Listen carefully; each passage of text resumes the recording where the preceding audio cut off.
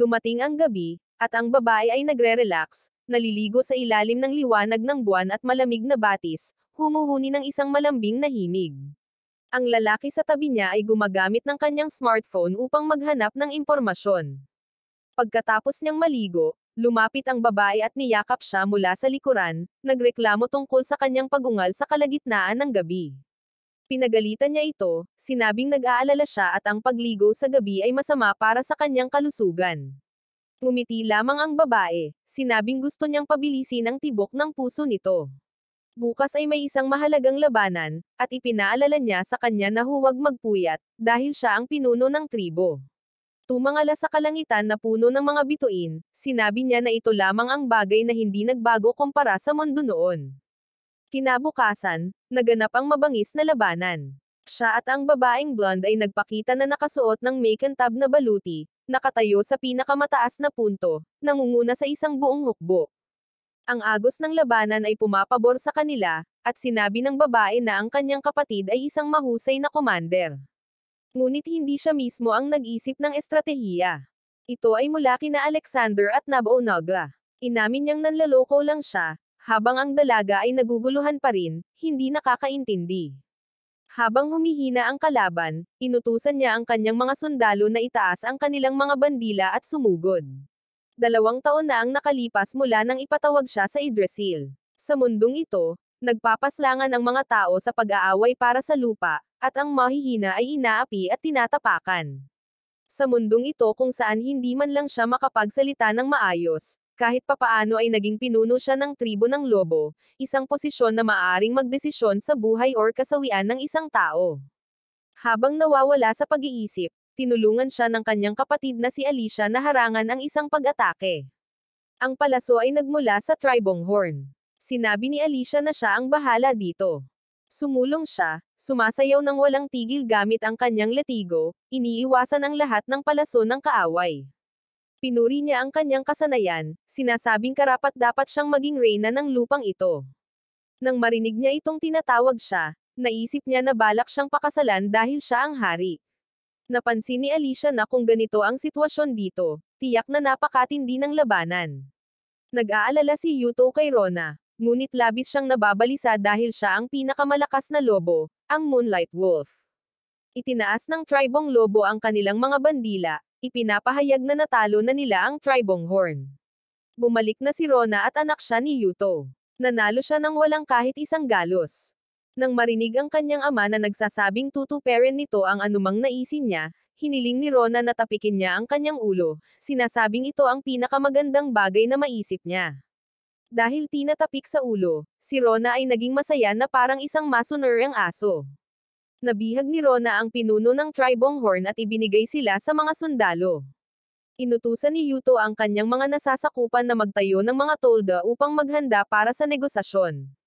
Dinala sa kanya ang pinuno ng tribong horn, isang babae na may kulay rosas na buhok na nagngangalang Leticia. Nang makitang masungit pa rin ang babae, sumenya si Yuto na manahimik at nagpakilala sa kanya. Diretso siya sa punto, gusto niya itong maging anak niya.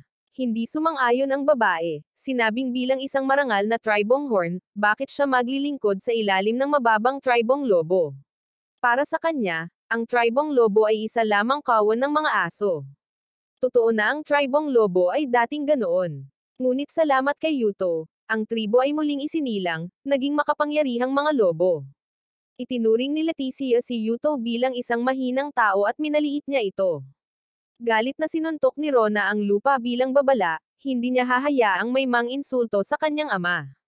Nakialam si Yuto upang makipagkasundo at gusto niyang respetuhin ng lahat ang isa't isa. Kapag lumaban ang mga kalaban sa mga sitwasyong nagbabanta, mas malamang natanggapin nila ang isang taong gustong tumulong, isang panlilinlang na nabasa ni Yuto sa mga libro at ngayon ay may pagkakataong isabuhay. Gumawa siya ng isa pang panukala. Kung ayaw niyang maging anak niya, maaaring maging kapatid niya si Leticia, at ito ang kanyang huling pagpipilian. Bilang isang kapatid, hindi niya kailangang maglingkod dito ng lubusan. Dahil tila ayaw pa rin niyang sumang-ayon, nagbabala si Yuto na ang kanyang bayan ay magiging parang Vantown, masusunog at masasaktan ang mga tao. Sa puntong ito, tanging kompromiso na lamang ang nagawa ni Leticia. Pagkatapos ng negosasyon, nakaramdam si Yuto ng lubos na pagod. Naupo ang dalawang babae sa tabi niya, inaalo siya. Hinayaan pa nga siyang ibaon ni Alicia ang kanyang mukha sa asset nito upang aliwin siya. Natagpuan niya itong napaka-inosente at pinayuhan siyang huwag paghirapan ang sarili.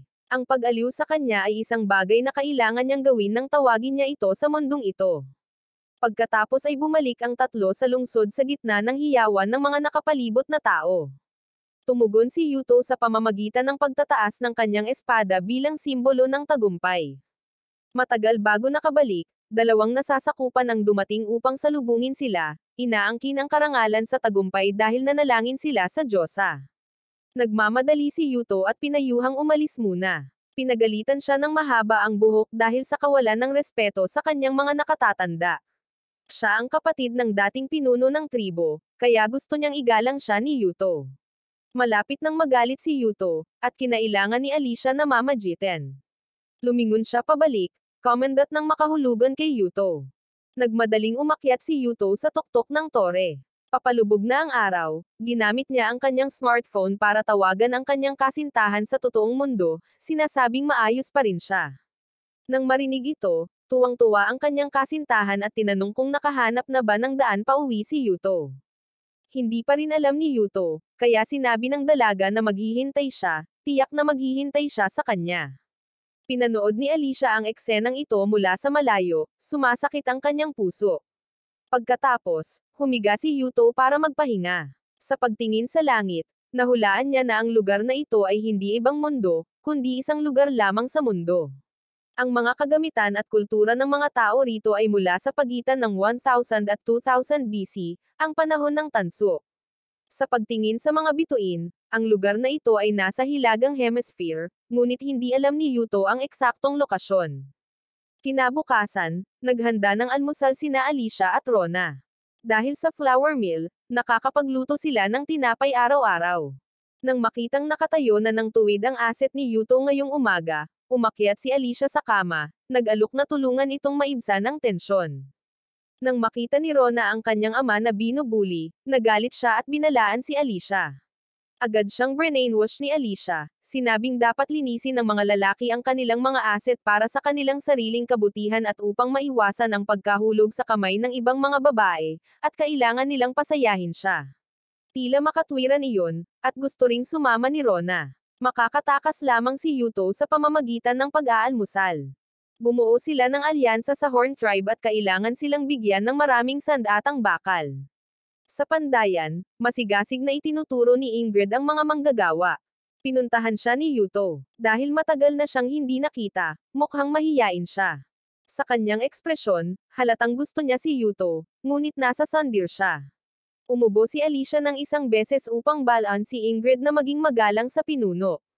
Humingi ng tawad si Ingrid, sinabing kilala na niya si Yuto noon, kaya medyo casual siya. Ipinaalam ni Yuto sa kanya na ang pinuno ng tribo ng Horn ay naging kapatid na niya, kaya maaaring magbahagi ng mga armas ang dalawang tribo, na lalong magpapaabala kay Ingrid. Isinagawa ni Yuto at Leticia ang seremonya ng banal na kopa. Sa lugar na ito, nangako ang mga miyembro ng tribo sa pinuno sa pamamagitan ng banal na kopa na maging mga anak or magkakapatid. Ang ugnayan sa pamamagitan ng banal na kopa ay higit pa sa dugo. Ito ay isang sagradong ritual na tinatawag na panunumpa ng katapatan, na nagbubuklod sa pinuno at sa lahat. Sa pamamagitan ng ritual na ito, makakahanap si Yuto ng paraan upang makabalik ng hindi nag-aalala. Kinagabihan, tinawag ni Leticia si Yuto sa labas. Yumuko siya, hiniling dito na tretuhin ang tribo ng Horn na parang tribo ng lobo. Maaari niyang gawin ang anumang gusto niya sa kanya. Tinapik niya ang ulo nito, sumasang-ayon sa kahilingan ng cute na kapatid na ito. May luha ng pasasalamat sa kanyang mga mata. Bigla, dumating si Alicia na may dalang masamang balita. Isang emergency meeting ang agad na isinagawa.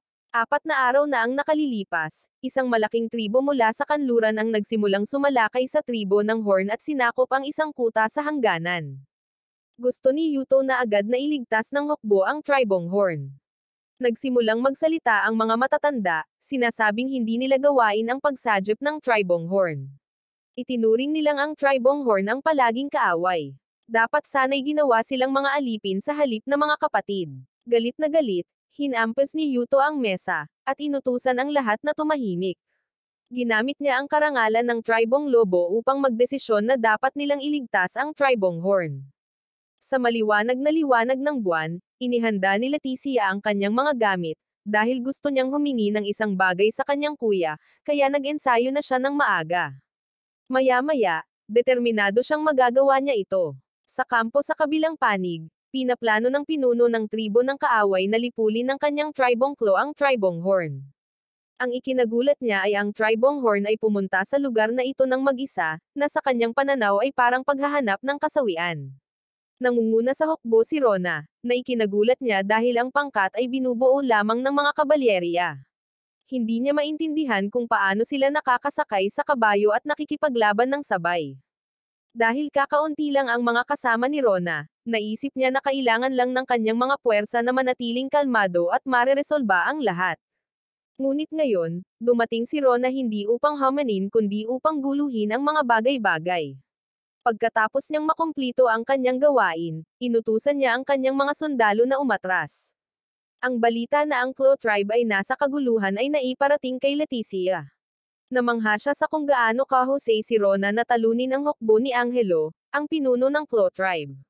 Siya ay tunay na isang malakas na Einherjar na namumuno sa Alheimer sa mitolohiyang Norse. Naisip din niya na ang mga saddles ay kamangha-mangha, na nagpapahintulot sa mga tao na sumakay sa kabayo at lumaban ng normal. Nang ihampas ni Yuto ang mesa, na idineklara sa mga matatanda na ililigtas niya ang Horn tribe, na antig ang puso ni Leticia. Inutusan niya si Rona na pamunuan ang pangkat ng Musbel gamit ang Plan B, ang pormasayo ng Mongol. Taitapanan ni Jurgen ang pangunahing puwersa at kailangang tapusin ang lahat bago magbukang liwayway. Ipapakita ni Ingrid kay Leticia ang mga trick ng mga saddles. Nang makitang hindi taga kanilang bansa si Leticia, nag-ingat si Ingrid, ayaw niyang ibunyag ang mga pambansang lihim. Narinig ito, sandaling nalungkot si Leticia, iniisip na isa siyang tagalabas. Matatag na sinabi ni Yuto na siya ay kanyang kapatid. Pagkatapos ay inutusan niya itong bumalik sa tribo ng Horn upang pakilyusan ang mga sundalo. Nang maalala ito, kumalabog ang puso ni Leticia bilang dalaga. Isang nasasakupan ang nagbukas ng pinto, na nag-uulat na malapit nang dumating ang tribo ng lobo. Naglakad si Leticia sa hanay ng mga sundalo na naghahanap kay Yuto. Nasa tabi niya ito at nang makita ang kanyang minamahal, agad siyang nataranta. Inakala ni Yuto na may sipon siya at ipinaalala sa kanya na nalalapit na ang labanan. Bilang pinuno, dapat siyang manatiling kalmado palagi kung hindi ay magwawakas ang lahat. Kalahating araw lang ang layo ng kalaban, kaya gusto ni Yuto na magkaroon ng wine party upang mapalakas ang moral. Lumapit sa layunin habang malayo pa ang kalaban. Magpahinga ng comfortable habang pagod ang kalaban. Magpakabusan habang nagugutom ang kalaban. Ito ay isang paraan upang makatipid ng enerhiya na natutunan niya. Gayunpaman, kailangan nilang kumain kung ayaw nilang lumaban ng walang laman ang tiyan. Narinig ito, lubos siyang hinangaan ni Leticia. Pinona rin ni Yuto si Rona, ang kanyang mapagkakatiwalaang anak na babae. Pagod na pagod ang mga sundalo ng tribo ng Claw dahil hindi sila nakatulog ng 3 araw. Tuwing susubukan nilang magpahinga ng kaunti, ang mga kabalyerya ni Rona ay sumusugod upang sumalakay. Isang sundalo ang tumatakbo upang iulat sa pinuno na may paparating na hukbo. Sa pagkakataong ito ay nahulaan nila na ito ang pangunahing puwersa. Agad silang inutusan ng pinuno na bumuo ng mga hanay. Mahinahong pinagmamasdan ni Rona mula sa malayo, kumakain ng mansanas. Sa kasalukuyan, ang Claw tribe ay napakahina. Itinaas ng tribong lobo ang kanilang mga bandila, naglulunsad ng isang pangkalahatang offensiba. Matagal nang narinig ng pinuno ng Claw tribe ang tungkol kay Yuto kasama ang kanyang mga kakaibang ideya, at ngayon ay sa wakas ay nakilala na niya ito. Gayunpaman, minamaliit pa rin niya ito, iniisip na malakas lamang si Yuto sa mga linya ng harapan. Para sa kanya, si Yuto ay isang talunan lamang. Nang makita ang mga puwersa ng Claw tribe na naghiwa-hiwalay, natuwa si Leticia dahil ang lahat ay naaayon sa plano. Mas maaga, hinulaan ni Yuto na malalaman ng kaaway ang kahinaan sa kanilang pormasayon at pag-atake mula sa mga gilid. Tiniyak niya kay Leticia na kailangan lang niyang kumapit. Isang matinding pressure ang nagpatakot sa kanya. Si Angelo, ang pinuno ng Claw tribe, ay sumugod sakay ng kanyang kabayo, para siyang isang halimaw. Mabilis na hinikayat ni Leticia ang kanyang mga sundalo, sinabing kailangan lang nilang manatiling matatag para manalo. Ngunit nang masaksihan niya ang kalupitan ng pinuno, natagpuan niyang imposible ito. Umasa siyang ililigtas siya ni Yuto. Nakatayo at nagmamasid si Yuto. Mas mabilis ang lahat ng nangyayari kaysa sa inaasahan niya. Natuklasan ng mga puwersa ng kaaway ang kahinaan ng kanilang mga kalaban at gumanti ng atake. Sa kasamaang palad, nakalkula rin ito ni Yuto. Habang binabati pa rin ng pinuno ng Claw Tribe ang sarili, nagplano si Yuto ng isang patibong. Sa likod ni Angelo, pinangunahan ni Rona ang kanyang mga tropa, direktang tina-target siya. Ipinahayag niya ang kanyang pangalan, hiniling na ipahiwatig din ng kaaway ang kanyang pagkakakilanlan. Pagkatapos ay naglaban ang dalawa ng paisa-isa. Natamba si Rona sa kanyang kabayo.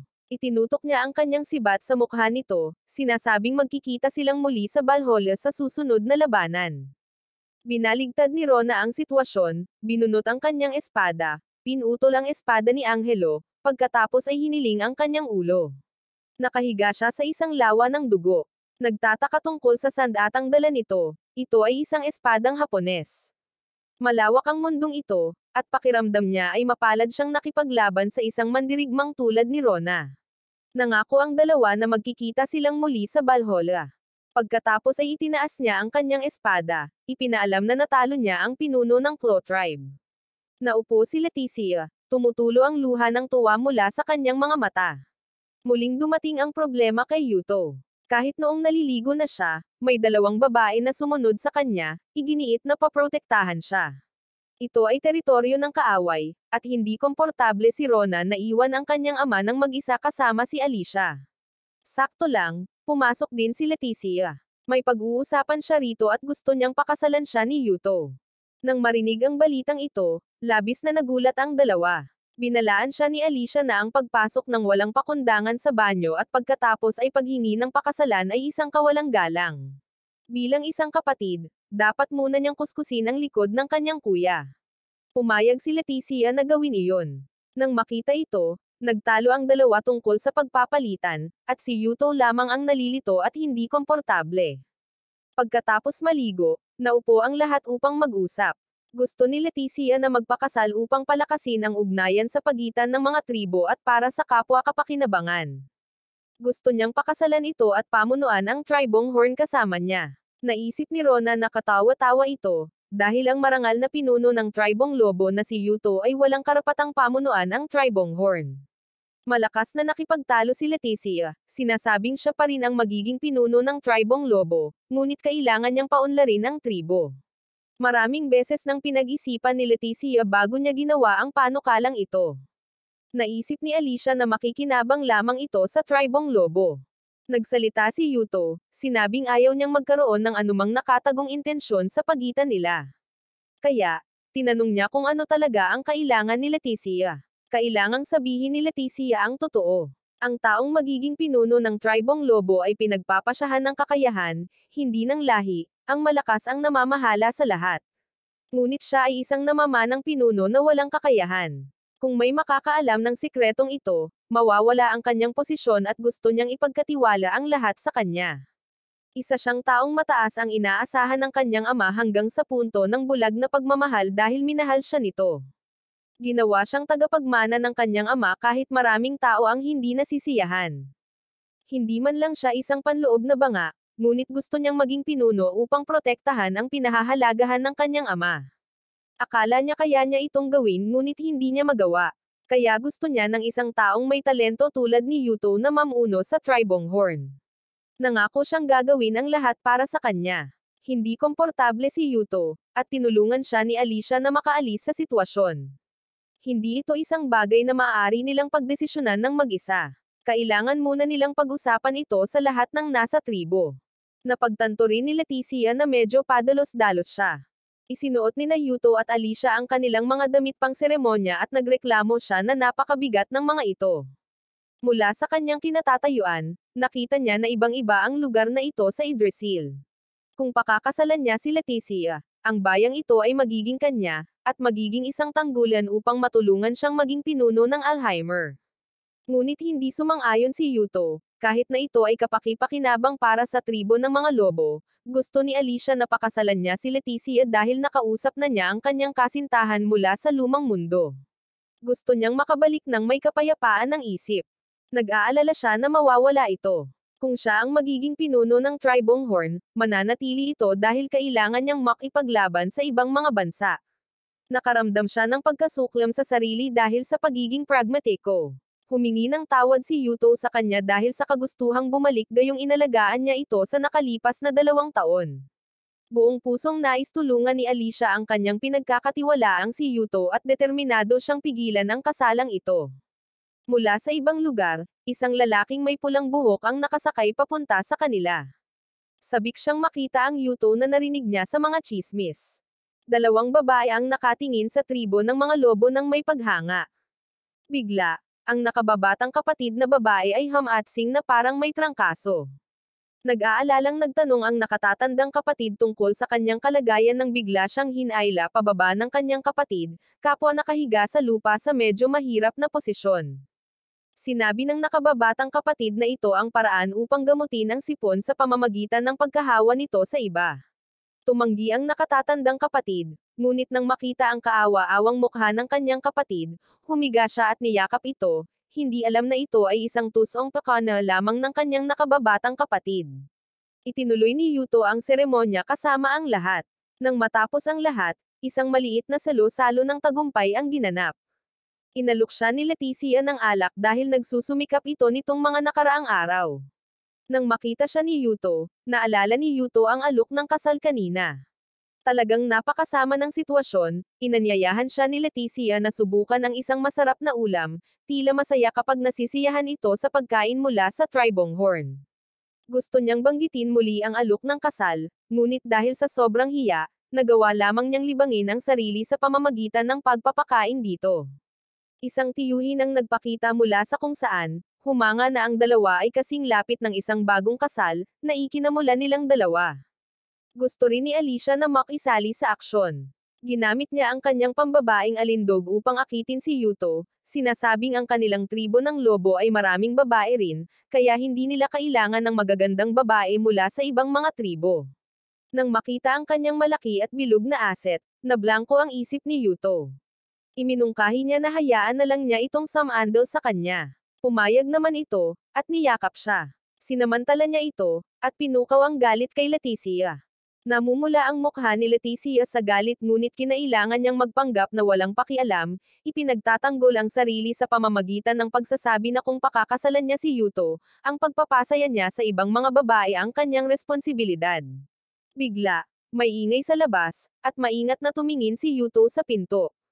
Ang lalaking may pulang buhok na arrogant ang nagdala ng sarili dito.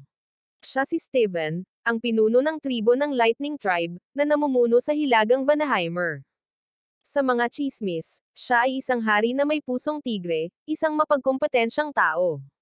Pinagalitan ng lahat ang matandang lalaking sumama sa kanya dahil sa pagdadala sa kanya ng pumaslang sa kanilang dating pinuno ng tribo. Dito, hinugot nila ang kanilang mga sandata, ayaw siyang payagang makaalis ng buhay. Ang matandang lalaki sa likuran niya, isang pari ng Imperyong Asgard na namumuno sa Yggdrasil, ay nagsalita upang patahimikin ang sitwasyon. Gusto niyang isantabi ng lahat ang kanilang mga labanan dahil si Steven ay isang panauhin na kanyang dinala. Ang kanyang mga salita ay may bigat, kaya kailangang makinig ang lahat. Ngunit patuloy silang hinahamon ni Steven. Sapat ang kanyang lakas upang takutin ang isang sundalo na muling bumunot ng kanyang espada. Pinitik niya ang kanyang mga daliri, at ang espada sa mga kamay ng sundalo ay nabasag. Iyon ay ang Mjolnir, isang kakaibang rune na nagpapalit ng banal na kapangyarihan sa mapanirang enerhiya. Ang kanyang mga paa at kamay ay napakalakas dahil sa Meging-Jord rune. Mayroon siyang 2 rune, na ginagawa siyang isa sa 3 pinakamalakas na tao sa Yggdrasil, tunay na isang game hacker. Lumingon si Steven sa paligid, at natagpuan si Yuto. Mabilis na lumapit si Rona upang protektahan siya, binalaan si Steven na huwag hawakan ang kanyang ama. Ang kanyang pilak na buhok ang nagpatunay sa kanyang pagkakakilanlan bilang ang pinakamalakas sa tribo ng lobo. Nang makita siya, ang lalaking may pulang buhok ay lumagpas sa kanya, matapang na lumapit kay Yuto. Isinumpa siya ni Leticia na parang isang halimaw na hindi nakakaintindi ng wika ng tao. Tiningnan niya ito, hula niya ay ito ang bagong pinuno ng tribo, ngunit hindi niya matandaan ang pangalan nito. Matapos mag-isip ng malalim, naisip niya ang pangalang Boardbuild, na lubhang nakakainis kay Leticia. Hinawakan ni Yuto ang kamay nito para pakalmayan. Binalaan niya si Steven na huwag manggulo ng iba kapag ang target niya ay siya. Nang makita ang kilos nito, sinabi ni Steven na marunong itong magpanggap, pagkatapos ay nag-teleport papunta sa kanya, habang tumatawa ng malakas, sinasabing matagal na panahon na mula nang makaramdam siya ng ganitong takot. Dahil nakita niyang isang kawili-wiling binata si Yuto, tinanong niya ang pangalan, tirahan, at tahanan nito. Nang marinig ang pangalang Yuto, natigilan siya, sinabing kabisado na niya ang pangalan nito, pagkatapos ay casual na umalis na parang langaw. Napabuntong hininga ang dalawang babae nang makalipas ang panganib. Habang naglalakad sa kalye, labis na nasa sabik si Steven. Si Yuto ang sisira sa mundo at natagpuan niya itong napaka-promising, kaya pumayag siya sa kahilingan ng pari. Kinagabihan, tinawagan muli ni Yuto ang kanyang kasintahan. Pinagalitan niya ito dahil sa pagiging abala sa pakikipaglaban at pagpapabeya sa kanya sa loob ng 3 linggo. Hindi niya maintindihan kung bakit palagi itong abala. Binalaan niya ito ng 3 bagay na dapat malaman bilang isang pinuno ng tribo, dapat siyang magulat, makipag-ugnayan, at sumangguni sa kanya. Sa kabila ng kanyang masasakit na salita, lumuha siya sa tuwa dahil buhay pa si Yuto. Humingi siya ng paumanhin sa hindi pakikipag-ugnayan sa kanya at sa pagpapaalala sa kanya. Kinabukasan, siya at si Alicia ay naglibot sa bayan, na angkop sa isang pinuno ng tribo. Ang kasaganaan dito ay dahil din sa kanyang pag-imbento ng papel. Dahil sa mga mangangalakal na nakikipagkalakalan sa ibang mga bansa, lumalago ang kanilang ekonomiya. Matagal na silang sinusundan ng magkapatid. Napansin ni Yuto ang isang lugar na nagbebenta ng mga alipin, isang ina at anak ang ipinapakita bilang paninda. Nang tingnan ni Yuto ang kaawa-awang bata, binili niya sila. Inutusan niya ang mga gwardya na dalhin sila sa kanya at tretuhin ng mabuti. Dahil sa isang mabuting gawa, nakaramdam siya ng ginhawa. Pagkatapos ng labanan sa Tribong Horn at Tribong Claw, ang resulta ay isang tambak ng mga dokumento na kailangang ay proseso. Bagamat abala, masaya si Alicia na tumulong sa kanya. Biglang dumating ang mga mensahero mula sa Claw Tribe, na gustong makipagkita. Dahil kambal sila, nagbabala si Yuto na bawal ang mga bata rito. Mabilis na ipinaalala ni Rona sa kanila na pinahintay niya sila sa reception hall. Lumabas na ang dalawa ay mga mensahero, sabik na makita ang kanilang magiging asawa. Nagtalo ang magkapatid kung sino ang mas sabik na unang makilala ito. Sa huli, ang nakatatandang kapatid na babae ay pinona upang humingi ng tawad kay Yuto, habang ang nakababatang kapatid na babae ay nakatayo sa likuran, na nagsasabing kasalanan ito ng kanyang kapatid. Nagsimula silang magpakilala muli. Ang babaeng may lilang buhok na ito ay ang biolohikal na anak ng pinuno ng Claw Tribe na si Christina, at ang babaeng may asul na buhok ay ang pangalawang pinakamatandang kapatid na babae na si Alvina. Sa utos ni Chief Budvid, sila ay naging asawa ni Yuto. Lahat ay nagulat, nakanganga ang kanilang mga bibig. Malinaw na hindi pumayag si Yuto sa kasal, at ang dalawang babae ay hindi inimbitahan dito, kaya pinauwi niya sila. Nang makitang malayo ang kanilang dinaanan para lamang tanggihan, tila ayaw ng ate, habang ang nakababatang kapatid na babae ay patuloy na nagsasalita ng masama tungkol sa kanyang ate, na ikinahiya ni Alvina habang nakaupo ito sa lupa, umaasang tretuhin siya ni Yuto ng maayos. Sa panunood sa kanilang pagganap bilang magkapatid, inakala ni Alicia na ipinadala sila rito upang iligtas ang kanilang bansa sa gulo. Lahat ng masasamang bagay na sinasabi tungkol sa kanila ay narinig ng dalawang magkapatid, dahil nasa Alhinger sila. Nang marinig ito, malumanay na ipinaalala ni Alicia kay Yuto na tretuhin silang mabuti. Determinado si Yuto, hindi niya pakakasalan ang mga magkapatid na ito. Naisip ni Christina na ang dahilan ay dahil naghahanda si Yuto na pakasalan ang Tribong Horn. Mahusay ang kanilang pandinig at maraming alam na impormasyon. Sa halip na gawin silang asawa, mas pinili ni Yuto na gawin silang mga anak niya. Nagkataon na hindi rin interesado ang nakababatang kapatid na babae na maging asawa at ayaw niyang may humahawak sa kanyang kapatid. Pumunta lamang sila upang subukan ang mga intensyon ni Yuto. Pumayag silang maging mga anak niya. Lumuhad sila upang mangako, umaasang tatanggapin. Pakiramdam ni Yuto ay may itinatago pa rin sila, ngunit sa wakas ay tinanggap niya ito sa kondisyon na patutunayan ng dalawa ang kanilang mga kakayahan. Maliwanag ngayong gabi ang buwan.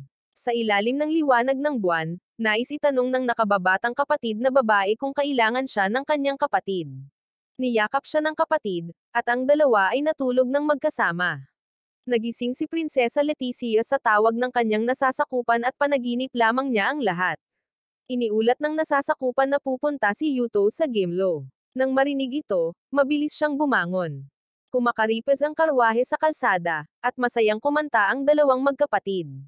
Ang veteran rune ni Christina ay maaaring mag-alis ng mga hanging pasalungat, habang ang race wheeler rune ni Alvina ay maaaring lumikha ng mga hanging paatras upang itulak ang karwahe. Ang dalawang kapangyarihang ito ay magpapabilis sa mga paglalakbay, na lubhang kapaki-pakinabang para sa mga susunod na labanan. Gusto ni Christina na kontrolin ng higit pa, ngunit ang tanging makontrol ng magkapatid ay ang hangin sa paligid nila. Di nagtagal, nakarating sila sa Gimel, isang malaking bayan, na isa ring malaking kamalig. Bago ang anihan, ang trigo ay matangkad na dilaw, na tumutulong kay Yuto na malutas ang mga problema sa pagkain. Malakas na umungal ang tiyan ni Alvina, gutom na siya. Naglabas ng cake ang nakababata niyang kapatid na si Christina, ngunit sa halip na iligtas ang nagugutom niyang kapatid, kinuha niya ito at kinagat ang isang masarap na piraso, na ikinalungkot ng kanyang kapatid. Pagkatapos ay umupo siya at umiyak at gumawa ng eksena. Kaya kinailangan ni Yuto na tapikin ang ulo nito, inalo siya gamit ang pangakong bibili ng pagkain pagpasok nila sa bayan. Pagkatapos ay pinuntahan niya ang mga gwardya roon. Ang bayang ito ay pinamumunuan ng Tribonghorn sa loob ng maraming taon, at hindi nakalimutan ng mga tao. Kung ang grupo ni Yuto ay makialam at hihilingin na baguhin nila ang kanilang mga pamamaraan sa pagsasaka, walang mag-aalala. Iniulat ni Alicia na si Leticia ay dumating upang makita siya. Dahil matagal nang hindi nakikita si Yuto, labis na natuwa si Leticia. Ang bayang ito ay pinamumunuan ng Tribonghorn. Dahil nag-aalala siya tungkol dito, pumunta siya rito. Isa lamang itong dahilan at ang tunay na dahilan ay gusto niya itong makita, gusto ang kanyang sagot. Iniulat ni Alicia na ang Tribongclo ay nag-alok din ng kasal kay Leticia. At pagkatapos ay nagpakita si Alvina, naghihiyawan bilang suporta. Mabilis na dumating ang nakababatang kapatid na si Christina, na nagsasabing siya ang magiging unang asawa, habang ang kanyang kapatid ay magiging isang side chick lamang. Hindi sumang-ayon si Leticia, na sinasabing ang Tribonghorn ay isang bansang mas malakas kaysa sa Tribongclo, tiyak na mas kapaki-pakinabang para sa tribo ng lobo. Tinuya siya ni Christina dahil sa pagiging isang babae na walang anumang kumpiyansa. Ang nagawa lamang ni Yuto ay baguhin ang usapan, tinanong si Leticia tungkol sa sitwasyon sa bayan. Nag-aalala siya na baka hindi tanggapin ng mga taong hindi nakakakilala kay Yuto ang sumpaan sa pagitan nila. Ganito nga ang nangyari, dahil ang taong namuno sa kanila noon ay isang mabuting tao. Noon pa man ay gusto na ni Yuto na pagbutihin nila ang kanilang mga pamamaraan sa pagtatrabaho, ngunit tumanggi sila. Gusto niyang gamitin nila ang Norfolk crop rotation, isang paraan ng pagtatanim ng iba't ibang uri ng halaman ng grupo-grupo, na pumipigil sa pagguho ng lupa. Narinig niya itong maganda, gusto ni Leticia na ipaliwanag niya ito ng malinaw sa kanya. Pagkatapos ay tinipon niya ang mga tao, sinabi sa kanila ang tungkol sa pamamaraang ito, at mabilis na hinati ang mga lugar ng pagtatanim. Magkakaroon ng mga taong nag-aalala tungkol sa masamang ani. Gusto niyang aipangako niya sa kanila bilang garantiya na makakapagsimula sila bukas. Maswerte si Yuto na magkaroon ng kapatid na tulad ni Leticia. Nang marinig ito, nag-alangan siyang sumang-ayon. Sa gabi, nagbabad siya sa bathtub, ang kanyang puso ay puno ng determinasyon. Pagkatapos ay nagbihis siya ng isang magandang damit at hinanap si Yuto. Pumayag siyang papasukin siya sa kanyang silid. Pagkatapos ay inalis niya ang manipis na tela sa kanyang katawan, lumapit kay Yuto, at niyakap ito ng mahigpit. Nagmakaawa siya rito na pakasalan siya. Niyakap ni Yuto si Leticia papasok sa silid, ngunit nang magpakita ang imahe ng kanyang kasintahan sa totoong mundo, itinulak niya palayo si Leticia. Labis na nalungkot si Leticia, iniisip na dahil wala itong apil. Tuwing nababanggit ang kasal, mukhang malungkot si Yuto. Sa paligid niya ay pawang magaganda at nakatutuwang mga babae. Akala niya ay hindi ito magkaka-interes sa isang ordinaryong taong katulad niya. Pinupuri siya ni Yuto bilang napakaganda, ngunit siya ang pinuno ng tribo ng lobo at may mga responsibilidad. Kasinungalingan lamang iyon at inuuntog niya ang kanyang ulo sa pader, pagkatapos ay lumuhod at sinabi ang totoo. Hindi niya ito maaaring pakasalan dahil mayroon na siyang mahal at ayaw niyang ipagkanulo ito. Maaari ring maging isang kerida si Leticia, ngunit hindi iyon pinapayagan ng mundo ni Yuto. Sinimulan niyang sabihin sa kanya ang totoo. Hindi siya taga rito, kundi mula sa ibang mundo 1,000 taon sa hinaharap. Marami siyang alam na hindi alam ng mga tao rito. Bagamat medyo mahirap paniwalaan, kinailangan itong tanggapin ni Leticia. Nagdala siya ng teknolohiya mula sa hinaharap, kaya naiintindihan niya ito sa ilang antas. Kailangan niyang bumalik sa dati niyang mundo para sa babaeng mahal niya, kaya wala siyang mamahalin dito. Labis na naiinggit si Leticia sa babaeng iyon. Nagkwento rin si Yuto tungkol sa kanya, isang mabuting babae, medyo madaldal, madaling umiyak, at nakakatakot kapag tinopak. Kailangan niyang bumalik para sa kanya. Inisip ni Leticia kung sino ang maaasahan ng tribong horn kung wala siya. Nakita ni Yuto na mayroon pa rin si Leticia sa tribo. Labis siyang nagulat sa ginawa ni Torito, pero hindi ganoon ang tingin ni Leticia. Nakita lamang niya ang kanyang sarili bilang isang pribilehiyadong anak ng isang prestihiyosong pamilya. Ngunit walang isip na idineklara ng kanyang ama ang digmaan sa tribo ng lobo, pagkatapos ay natalo, na nagdulot ng paghihirap sa mga tao. Pakiramdam niya ay wala siyang silbi. Ang kanyang trabaho ay sumunod sa isang taong may tunay na kapangyarihan. Hindi niya alam kung ano ang dapat niyang gawin.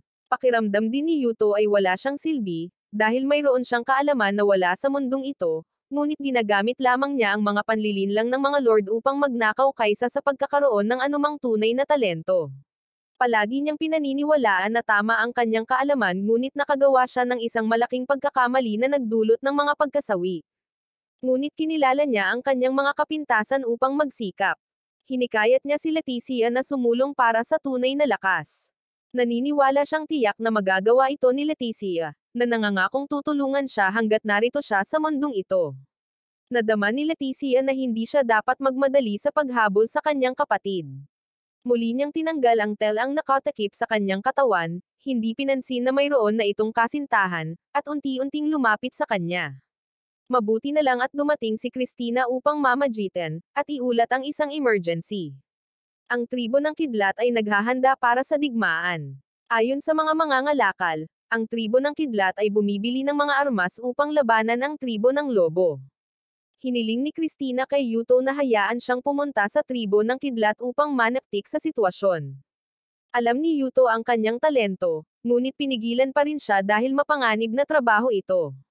Sinipa ni Christina ang isang upuan, dahilan upang matamba sa lupa ang natutulog na si Alvina at magising, pagkatapos ay inutusan siyang hulihin si Oscar, na nakaupo sa tapat. Mabilis na parang kidlat, tinamaan ni Alvina ng kutsilyo ang kanyang lalamunan bago pa man niya namalayan. Napakabilis niya, ngunit napakahina rin, hindi angkop para sa pakikipaglaban sa larangan ng digmaan. Ngunit para sa mga escort or assassination, isa siyang master. Lumalabas na ang dalawang babaeng ito ay ipinadala kay Yuto dahil ang kanilang mga kasanayan ay labis na nalampasan at nagdulot ng pag-aalala. Sa puntong ito, wala siyang ibang magawa kundi ipadala sila sa tribong kidlat. Kung magtagumpay ang misyong ito, nais ng magkapatid na mangako sa kanya. Nakarating na sila sa ilog sa hangganan sa pagitan ng mga teritoryo ng dalawang tribo. Natuklasan ni Yuto na ang pinuno ng tribo na si Steven ay katulad ng dating kaaway, pabaya at walang alam. Naisip niya na dapat silang tumawid sa ilog at labanan siya pagkatapos. Gusto niyang humingi ng tulong kay Leticia sa isang bagay na tanging siya lamang ang makakagawa. Kinagabihan, tinawagan muli ni Yuto ang kanyang kasintahan. Iniulat niya na magkakaroon siya ng isa pang labanan. Kailangan niyang lumaban dahil siya ang unang inatake. Gusto ng kanyang kasintahan na mangako siyang makakaligtas at makakabalik. Pagkatapos, sinimulan ni Yuto at ng lahat ang pagpupulong.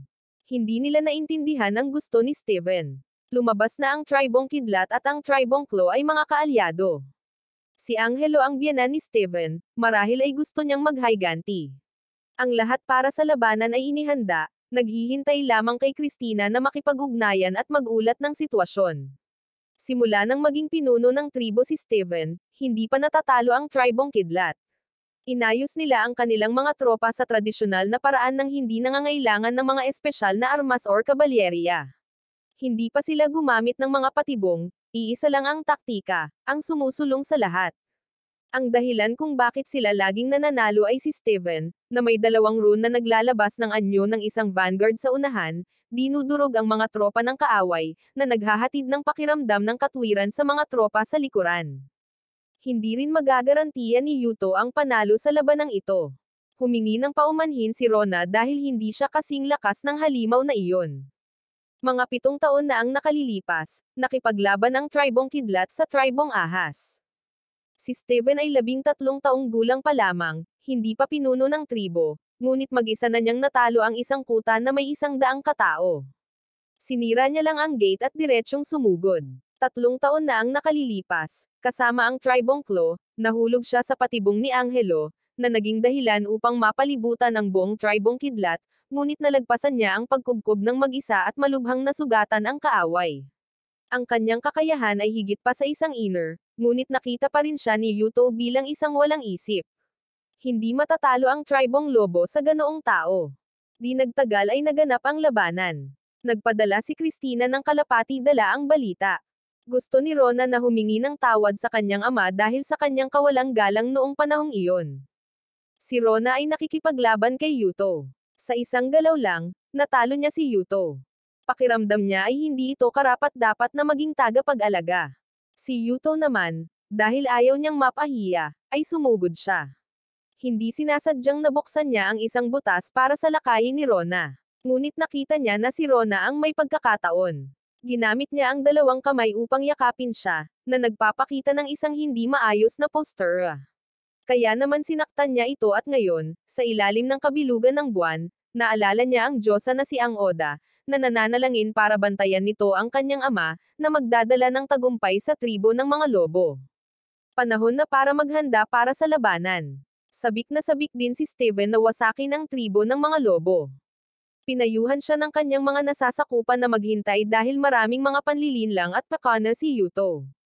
Nang marinig ang tungkol sa paghihintay, agad na nawalan ng pasensya si Steven, iniisip na ito ay magiging masyadong nakakabagot.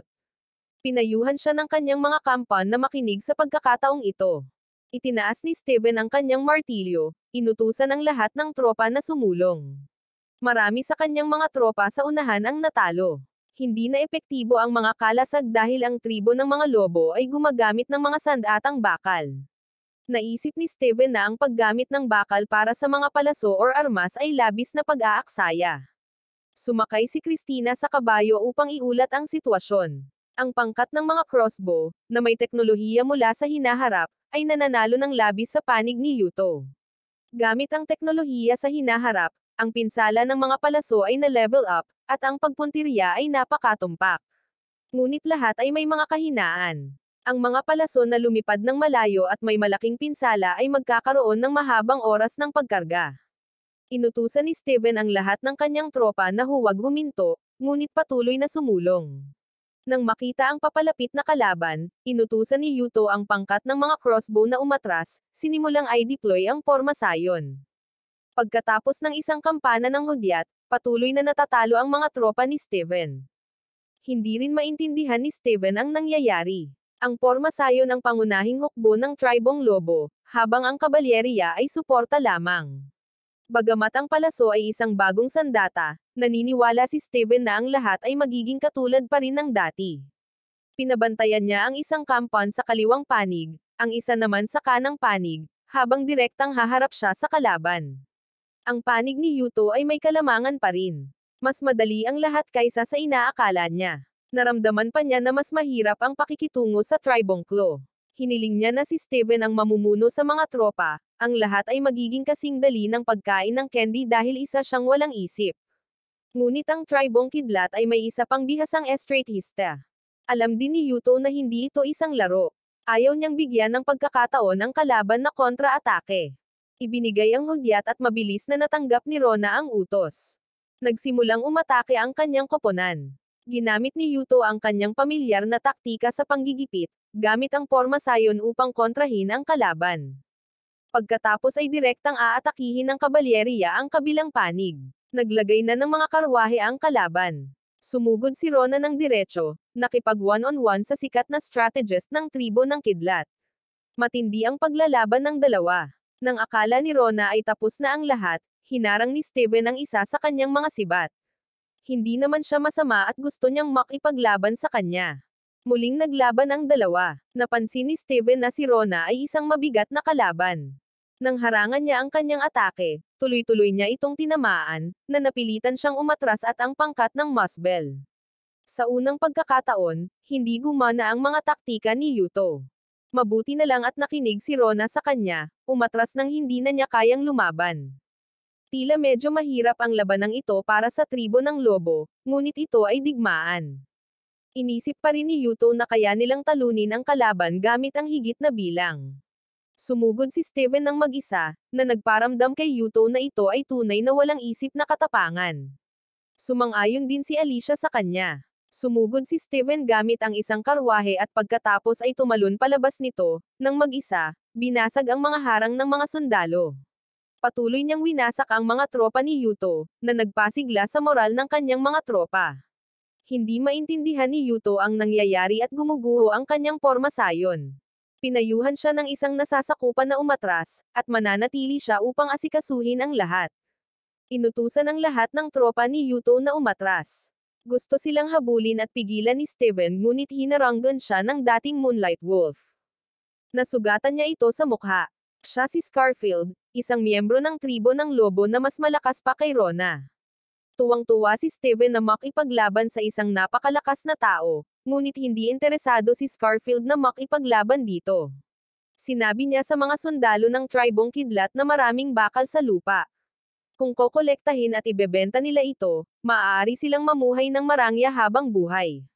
Pagkatapos ay sinundan niya ang tribong lobo sa pag-atras. Gusto ni Steven na tawagin ang kanyang mga tropa upang humabol, ngunit sila ay natupok ng kasakiman, na nakatuon lamang sa pagkolekta ng bakal. Nagmaneho ang kanyang anak ng karwahe, pinayuhan siyang magpahinga sa gitna ng labanan. Nang tingnan ng mga umaatras na tropa, si Steven ay naging mapanghamak. Kaya si Yuto na kanyang inaabangan ay hanggang dito na lamang. Habang kumakain, dumating ang masamang balita. Nasawi ang anak ni Steven nang harapin si Scarfield. Nang marinig ang balita, siya ay bumagsak, hinawakan ang kwelyo ng strategist at sinipa ito. Mabilis siyang nakabawi ng kanyang katahimikan, at nagmadaling magtanong tungkol sa sitwasyon. Dahil nawawalan na ng moral ang mga sundalo, kinailangan ni Steven na personal na harapin sila. Determinado siyang dudurugin ang tribo ng mga lobo. Tinarget niya si Yuto, hindi hinayaan na makatakas. Pinigilan siya ni Scarfield at mahigpit siyang sumugod, gustong ipaghiganti ang kanyang anak. Naglaban ang dalawa, ngunit si Scarfield ay nagkaroon ng napakagaan na kontragalaw. Pagkatapos ay mabilis siyang sumakay sa kanyang kabayo patawid ng ilog, hindi inabala ang binatang mainitan ang ulo. Inutusan din ni Steven ang kanyang mga sundalo na humabol, hindi iniisip na malapit na siyang makapasok sa isang bitag. Si Yuto ay naglalaro lamang ng pain, nagkukunwaring natatalo upang akitin ang tigre. Nang tumawid si Steven sa ilog, sunod-sunod na palaso ang inilunsad. Hinaranggan siya ni Scarfield sa pampang, dahil nakita niyang hindi pa rin niya alam ang kanyang limitasyon. Siya at si Rona ang inatas ang manatili at harangan siya. Sasali rin si Alicia at napapaligiran siya ng 7 earjar. Ang pinakamalaking kahinaan niya ay ang kanyang kayabangan. 7 tao ang pumaligid at sumalakay sa kanya, dahilan para umabot sa sukdulan ang kanyang galit. Nabaliw siya, inalis ang lahat ng kanilang mga armas. Kahit 7 laban sa isa, hindi pa rin sila maaaring manalo. Kailangang aminin ng lahat na siya ay tunay na malakas. Ngunit ang 7 iyon ang pumipigil sa kanya. Bumalik sila sa kanilang mga kabayo at tumakas muli. Ngayon ay napansin ni Steven ang pampang. Isang tsunami ang tumangay sa lahat. Lumabas na nagtayo si Leticia ng dam para makaipon ng tubig at pagkatapos ay pinasabog ito nang sinubukan ng kaaway na tumawid sa ilog. Ito ay isang mahusay na plano mula sa mga general noong medieval. Ang pinakamalaking papuri sa pagkakataong ito ay kay Leticia nang matagumpay niyang naorganisa ang mapahamak na construction. Kung wala ang kanyang tulong, hindi sila maaaring manalo. Kaya sa pagkakataong ito, nagpaalam si Yuto sa mayabang na si Steven. Nang makita niya ito, naalala niya ang sarili niyang kalokohan. Kaya naman kinamuhian niya ito ng husto, ngunit hindi pa sawi si Steven, may mga bali lang na buto. Kinagabihan, tumawag si Yuto para ibalita ang magandang balita ng tagumpay sa kanyang kasintahan. Ngayon, nasa kamay na niya ang lupain ng Lightning Tribes, kaya marami siyang dapat gawin. Walang pakialam ang kanyang kasintahan, gusto lang niyang makauwi agad ito. Sa kasamaang palad, hindi alam ni Yuto kung paano babalik. Kung lalakas ang tribo ng lobo, magsasaliksik pa siya ng mas maraming lugar. Naisip niyang makakahanap siya ng paraan sa lalong madaling panahon at hihintayin siya nito. Sinusubukan ni Yuto na hipan ang isang gawaan ng salamin, ngunit nabigo siya. Nawalan ng pasensya si Ingrid sa tabi niya. Sa ganitong bilis, hindi nila magagawa ang tinatawag na tasa ng salamin. Mas mahirap ito kaysa sa inaakala ni Yuto. Iniabot niya ang tubo ng panghihip kay Ingrid, gusto niyang subukan ito. Gamit ang kagamitang ginamit ni Yuto ay namula si Ingrid sa kahihiyan. Gusto sanang kumuha ni Yuto ng isa pa, ngunit pinigilan siya ni Ingrid. Pagkatapos ay sinubukan niyang hawakan ang tubo ng panghihip. Hinikayat siya ni Yuto na maging kalmado. Tutulungan niya itong panatilihing matatag. Hindi inaasahan, nagtagumpay si Ingrid sa unang pagsubok niya. Sa ganitong bilis, kaya na nilang gumawa ng maramihang salamin. Minsan lang pinuri, agad na naisip ni Ingrid ang isang kasal. Tinawag siya ni Yuto pabalik sa realidad. Naguluhan ang babae, hindi alam kung bakit siya sumulpat dito. Tila nag-aalala si Yuto sa kanya noong isang araw, kaya pinayagan siyang makasama rito. Inalaw siya ni Alicia, sinabing hindi niya kailangang mag-alala. Kung gusto siya ni Yuto, maaari silang maging magkaibigan. Nang makita ito, labis silang pinasalamatan ng babae. Ngayon, nagtipon sila rito upang pag-usapan ang isang mahalagang bagay na may kaugnayan kay Yuto. Natuklasan nila na si Yuto ay isang taong may talento sa militar at politika, ngunit hindi mayabang at palaging mas masipag kaysa sa iba. Ang kasalukuyang tagumpay ng tribo ng lobo ay lahat salamat sa kanya, kaya makakapagpahinga siya. Pupunta sa paanan ng bundok Cersei upang mag-relax at kinakailangan ang pagbabago ng kapaligiran upang makapagpahinga. Nang marinig na ito ay isang magandang pagkakataon upang manligaw kay Yuto, nag-alab ang galit ng mga babae sa Hungarian pumaslang. Ang kanyang kasintahan sa bahay ay biglang nagkaroon ng masamang kutob na halos mahulog siya sa kanyang upuan. Hinulaan ni Yuto na may sipon siya, kaya pinayuhan niya itong magpahinga. Kaya kinabukasan, sa harap ni Yuto, iminungkahi ng mga babae ang isang nakaka-relax na paglalakbay sa pagpapagaling.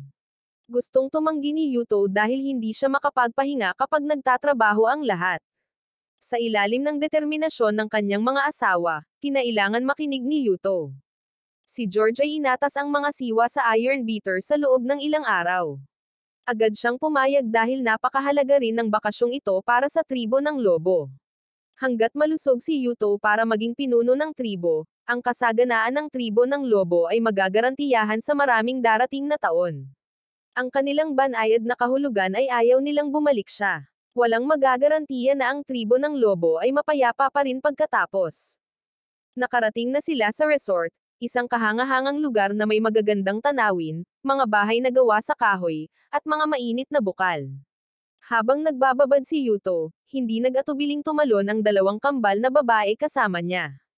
Ang nakatatandang kapatid na babae ay komportable at pabaya na nagbababad sa banyera, hindi pinapansin si Yuto, na labis na nahihiya at gusto na lang niyang umalis. Tumanggi ang nakababatang kapatid na si Christina, sinabing sila ang kanyang mga bantay. Nadama ni Yuto na hindi ito kailangan. Total, walang mga asasin sa paligid. Kung mayroon man, mga USA at unggoy lamang ang mga ito, na halos hindi kayang harapin ng dalawang ito. Sinabihan ni Yuto si Christina na tawagin si Rona habang siya ay aalis kapag umalis na sila. Sa kasamaang palad, huli na ang lahat. Nakabalot na ng tuwalya ang mga babae at papalapit na. Pilyong bamulong si Christina sa tainga ni Yuto, kaya't panatag siya. Habang nilulubog ang sarili sa mainit na tubig, bamantong hininga si Alicia na ang lugar na ito ay tunay na paraiso. Mahiyain pa rin si Ingrid, hindi nangangahas na alisin ang kanyang tuwalya. Hindi pa naliligo si Leticia sa mainit na bukal noon. Ang karanasang ito ay bago at kahanga-hanga, at si Alvina ay naglaro ng walang inaalala na parang isang bata. Ang babae ay mahiyain pa rin at isa siyang alipin. Kaya pakiramdam niya ay hindi masyadong makatwiran ang pagpunta sa paglalakbay na ito. Si Yuto lamang ang nahihiya, pakiramdam na ang buhay na ito ay napakamalas. Lumangoy si Christina palapit, sinabihan siyang mag-relax sa halip na manatili sa isang lugar. Si Yuto ay labis na nahihiya at tumalon sa baybayin kung saan sinalubong siya ni na Alicia at Rona. Gusto nilang kuskusin ang kanyang likod dahil napalampas nila ang pagkakataon noon. Sa wakas, nakipagkompromiso siya, hinayaan ang magagandang babae na gawin ang gusto nila. Kaya lumuhad ang magagandang kapatid sa harap niya. Pinag-usapan nila ang iba't ibang paraan upang maalagan siya. Sa huli, hinati nila ang mga posisyon sa serbisyo sa kanilang mga sarili. Hindi inaasahan ni Yuto na ganito ang magiging resulta. Dahil ang isang hari ay dapat laging alam kung paano ipagtanggol ang kanyang sarili at manatiling kalmado. Sumigaw siya ng malakas para lumapit sa kanya ang mga babae. Pero pagkatapos maligo, kinailangan na nila siyang pauwiin. Ginamit ni Alicia ang kanyang mga asset para kuskusin ang likod nito gamit ang kanyang katawan, na siyang tanging magagawa ng isang babaeng may malaking asset. Dahil sinabi ni Alicia na kayang-kaya ni Rona na kalmutin ang balat ng tao, ginamit ni Rona ang kanyang bibig para dilaan at alagaan ang mga paa ni Yuto. Pinagalitan ni Yuto si Alicia dahil sa pag-spoil sa kanyang anak. Nang makitang hindi nila matiis ang pagkatalo, nagkompetensya sina Leticia at Ingrid na sumugod. Ang pagkakaroon ng isang grupo ng mga babaeng nakapalibot sa kanya ng ganito ay hindi na niya matiis pa, dahilan para damyugo ang kanyang ilong at mahimatay siya. Pagkagising niya, nirepaso na niya ang lahat ng mga demonyong babae. Ipinagtanggol nila ang kanilang sarili, sinasabing ito ay dahil gusto nilang gumanti kay Yuto. Kung gusto nang bumalik ni Yuto, naisip nilang dapat nilang gawin ang lahat ng kanilang makakaya kapag may pagkakataon sila. Narinig ito, pinayagan sila ni Yuto na alagaan siya, ngunit kailangan nilang kompletong nakadamit at nakadistansya. Nang pahintulutan, nakaisip si Alicia ng isang bagong paraan, na siyang masahihin siya, kaya sinamantala muli ng magagandang demonyong babae, na nagkukulitan sa kama. Ang munting aliping babae ay nagawang takpan ang kanyang mukha sa kahihiyan. Pagkatapos ng bakasyon, isinagawa rin ang seremonya ng banal na tasa kasama ang kambal na babae. Sa unang pagkakataon sa kanyang buhay, nakakita si Yuto ng isang seremonya na napakaingay. Tumakbo si Leticia upang batiin siya sa pagdaragdag ng mga bagong miyembro sa pamilya. Ibinalita niya rito ang balita. Buhay pa rin ang talunan na si Steven. Gayunpaman, wala pa ring sino man sa mundo ang makakapantay kay Yuto. Gumawa si Ingrid ng isang bagong espada para kay Rona. Hawak ang espada, naalala niya ang napakalaking kapangyarihan ni Steven. Nang makita ang kanyang malungkot na mukha, agad na nagreklamo si Ingrid. Sinubukan ni Rona na magpaliwanag, ngunit naiirita pa rin si Ingrid, iniisip na hindi niya gusto ang ginawa niya.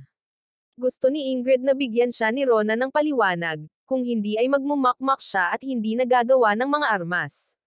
Sa totoo lang, nagrereklamo si Rona na ang sandatang ito ay hindi ginawa ni Yuto.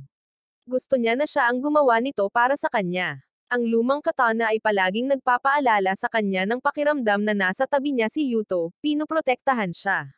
Natatakot siyang lumaban ng walang proteksyon nito. Pumasok si Yuto na may dalang isang bagay na gusto niyang itanong kay Ingrid. Natagpuan niya ang espada ni Rona. Bagamat medyo sira ito sa hawakan, mabuti na lang at buo pa rin ang talam. Gusto niyang hilingin kay Ingrid na ayusin ito. Nang makitang bumalik ang espada, labis na natuwa si Rona, at lumuha. Sa palengke, nagtipon ang mga tao upang bumili at magbenta ng maramihan. Ang mga bagay na gawa sa salamin na kanilang ginawa ay nakadisplay para ibenta. Inamin ni Ingrid ang isang katotohanan, hindi siya makapag-concentrate kapag malapit sa kanya si Yuto. Dahil sa tagumpay ng Glacier, mas yayaman pa ang tribong lobo. Ang kahirapan mula 2 taon na ang nakalilipas ay naging isang sinaunang kwento. Gayunpaman, ang tribo ng lobo ay kulang pa rin sa mga talentong maaaring paunlarin. Ang maliit na alipin na si Elfie ay nagdala ng mga inumin ngunit pabaya itong natapon sa damit ni Yuto. Ang babae ay humingi ng tawad ng labis. Tinapik ni Yuto ang kanyang ulo upang panatagin siya. Ang babae ay lubos na nagpapasalamat kay Yuto sa pagliligtas sa kanya at sa kanyang ina, kaya gusto niyang suklian ito. Niyaya siya ni Yuto na kumain ng isang piraso ng cake. Habang kumakain ng masarap na pagkain, ang batang babae ay humagulgol, inaalala ang masasayang panahon kasama ang kanyang mga magulang. Itinuro ni Yuto ang kanyang sarili, gustong subukan ang kakayahan ni Elfie sa pagbabasa. Lumabas na marunong bumasa ang batang babae, kaya dinalhan siya ni Alicia ng isang tumpok ng mga cake. May naisip na ideya si Yuto, siya ang mag-oorganisa ng pagtuturo. Napakababa ng literacy rate ng tribo ng lobo. Kung hindi matutugunan, mahihirapan siyang makahanap ng mga taong may talento, kaya susubukan niyang turuan ang mga batang may edad 7 hanggang 15, syempre, ng libre.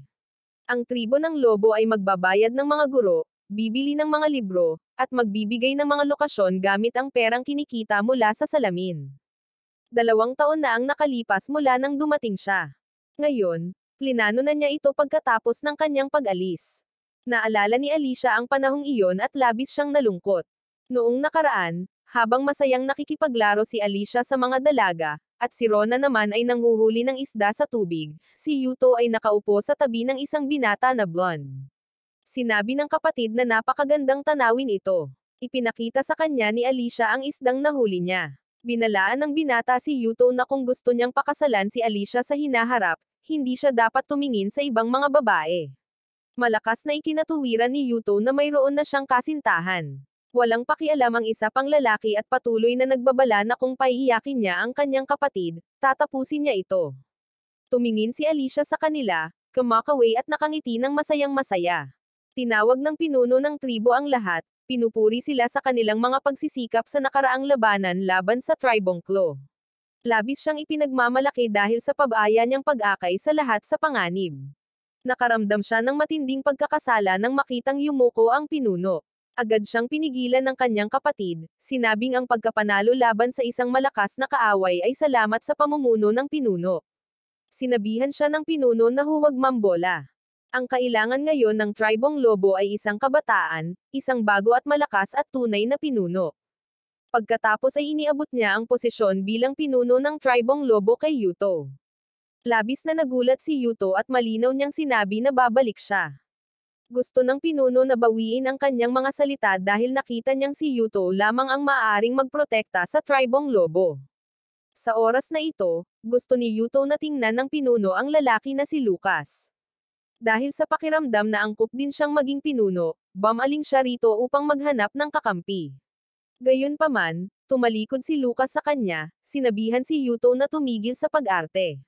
Nakita niya na nagkukunwari lamang si Yuto na ayaw niyang maging pinuno at papayag lamang kapag nagmakaawa ang kanyang ama.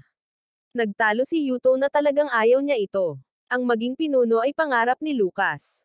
Ginawa niya ang lahat para protektahan si Alicia at ang mga tao, para gawing makapangyarihang bansa ang bansa, hindi kukulanggan sa ibang mga tribo. Pakiramdam niya ay kaunti na lang ang natitira sa kanya para makumpleto ito, ngunit ang pangarap ay inagaw ni Yuto. Nabaliw siya, binunot ang kanyang espada para hiwain siya. Tumayo ang matandang pinuno para harangan ang isang atake para kay Yuto. Umubo siya ng dugo at nasawi at si Brother Lucas ay naging kriminal. Hindi makapaniwala si Alicia sa kanyang nakita. Bago masawi, ipinagkatiwala ng pinuno ang lahat ng bagay sa tribo kay Yuto. Kapag mailigtas niya ang tribong lobo at lisanin ang mundong ito, gusto niyang hayaan nitong si Lucas ang maging pinuno. Pagkatapos sabihin iyon, ipinikit niya ang kanyang mga mata. Pakiramdam ni Yuto ay dahil sa kanya ang lahat. Kung wala ang telepono, isa lamang siyang lalaki na hindi nakakaintindi ng damdamin ng ibang tao. Ang isang taong katulad niya ay hindi karapat-dapat maging pinuno. Tinawagan siya ni Alicia para magising mula sa panaginip. Nandito ang kambal na babae. Sinisi ng nakababatang kapatid na babae na ito ay dahil sa paulit-ulit na paghiling ni Alvina na makipagkita. Matapos ang isang paghagis at ang isa naman ay pagsalo, dinala nila ang pangunahing impormasyon. Isang angka ng Tribong Claw, ang Noten, ang nasakop ng mga nomad na Black Panther ng Tribong Midgard.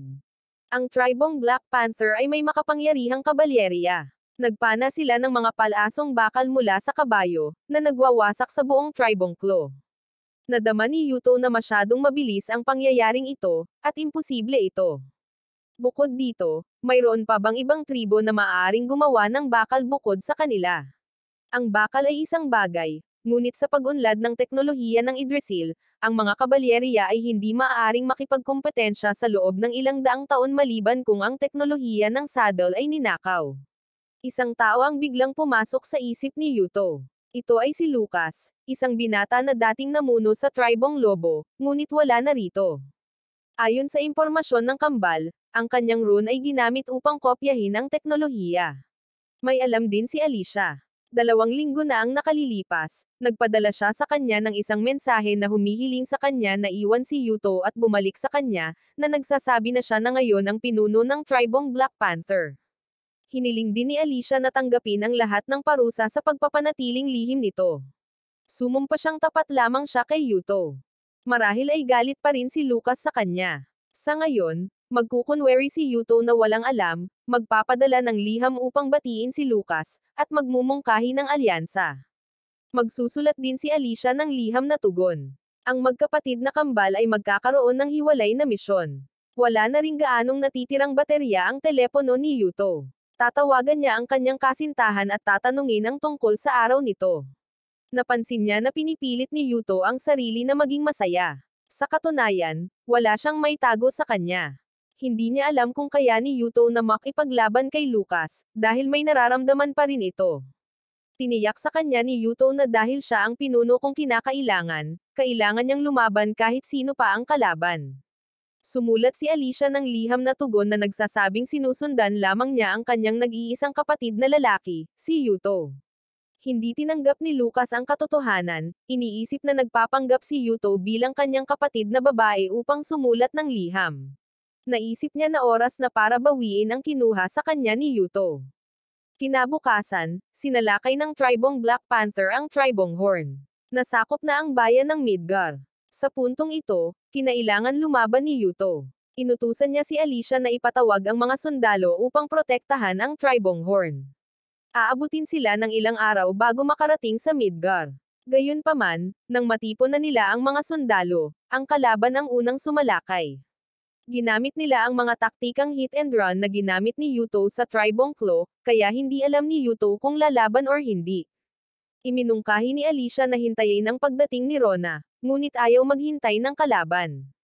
Isang sunod-sunod na palaso ang lumipad patungo sa kanila, na nagtulak sa kanila na magtago sa likod ng mga sasakyan. Hindi makapaniwala si Alicia na kayang umatake ng kalaban mula sa ganoong kalayuan. Kung hindi dahil sa metal na sasakyan, marahil ay wala na sila.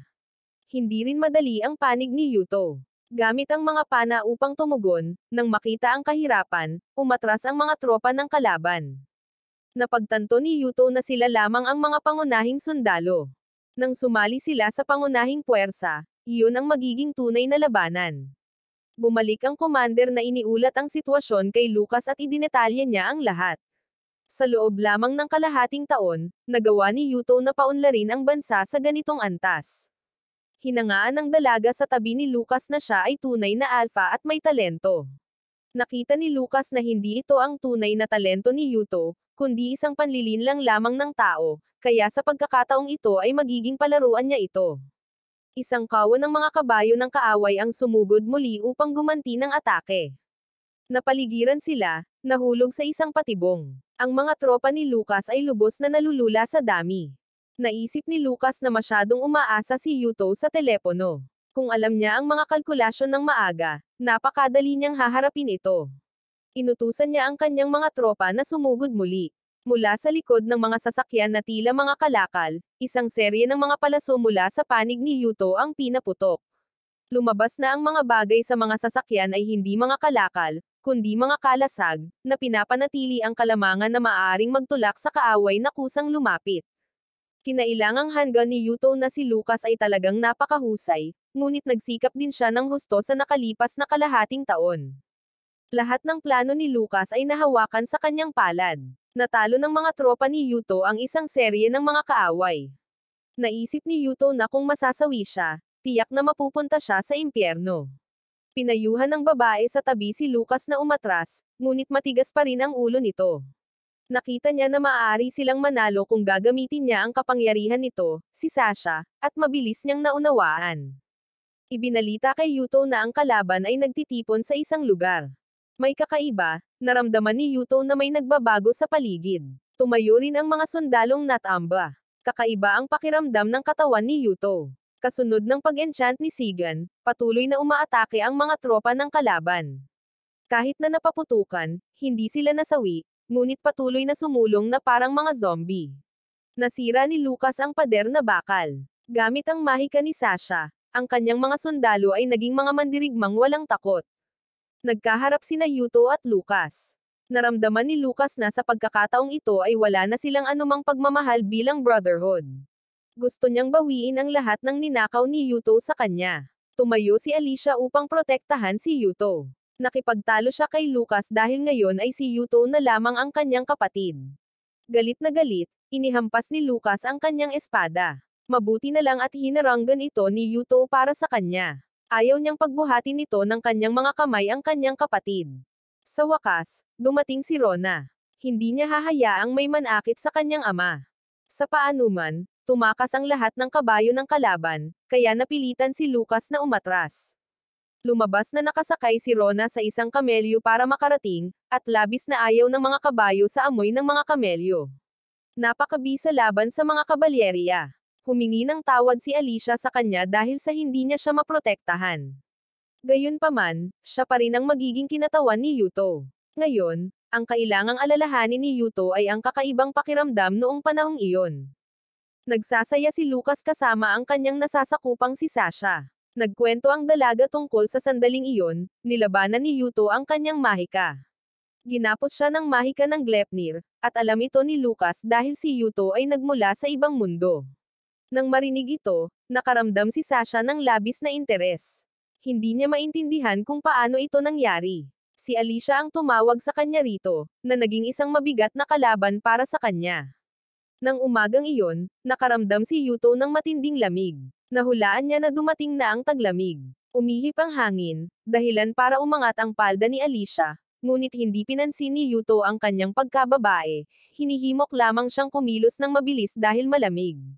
Hindi nasiyahan si Alicia, malinaw na sinubukan niyang ipakita sa kanyang bro ang isang mainit na eksena. Dahil medyo malamig ngayong umaga, ang opisina ni Yuto ay inihanda gamit ang isang pampainit, na nagpapasabog sa kanyang kaluluwa sa sikat ng araw ng tag-araw. Inanyayahan ni Yuto si Alicia na umupo ng magkasama dahil hiniling niya kay Ingrid na gawing mas siksik ito. Pagkaupo niya, nakaramdam si Alicia ng isang pagsabog ng kaligayahan. Ang pampainit na ito ay pinainit gamit ang uling, hindi kuryente, halos kapareho ng mga lumang pampainit. Ang problema ay ang pag-upo rito habang nagtatrabaho ay nagpapadali sa antok. Pagkatapos pa lang niyang sabihin ito, si Alicia na nakaupo sa tabi ay nakatulog na. Kinuha ni Yuto ang libro mula sa kanyang kamay, pakiramdam niya ay hindi naman masama ang magkaroon ng ganitong araw paminsan-minsan.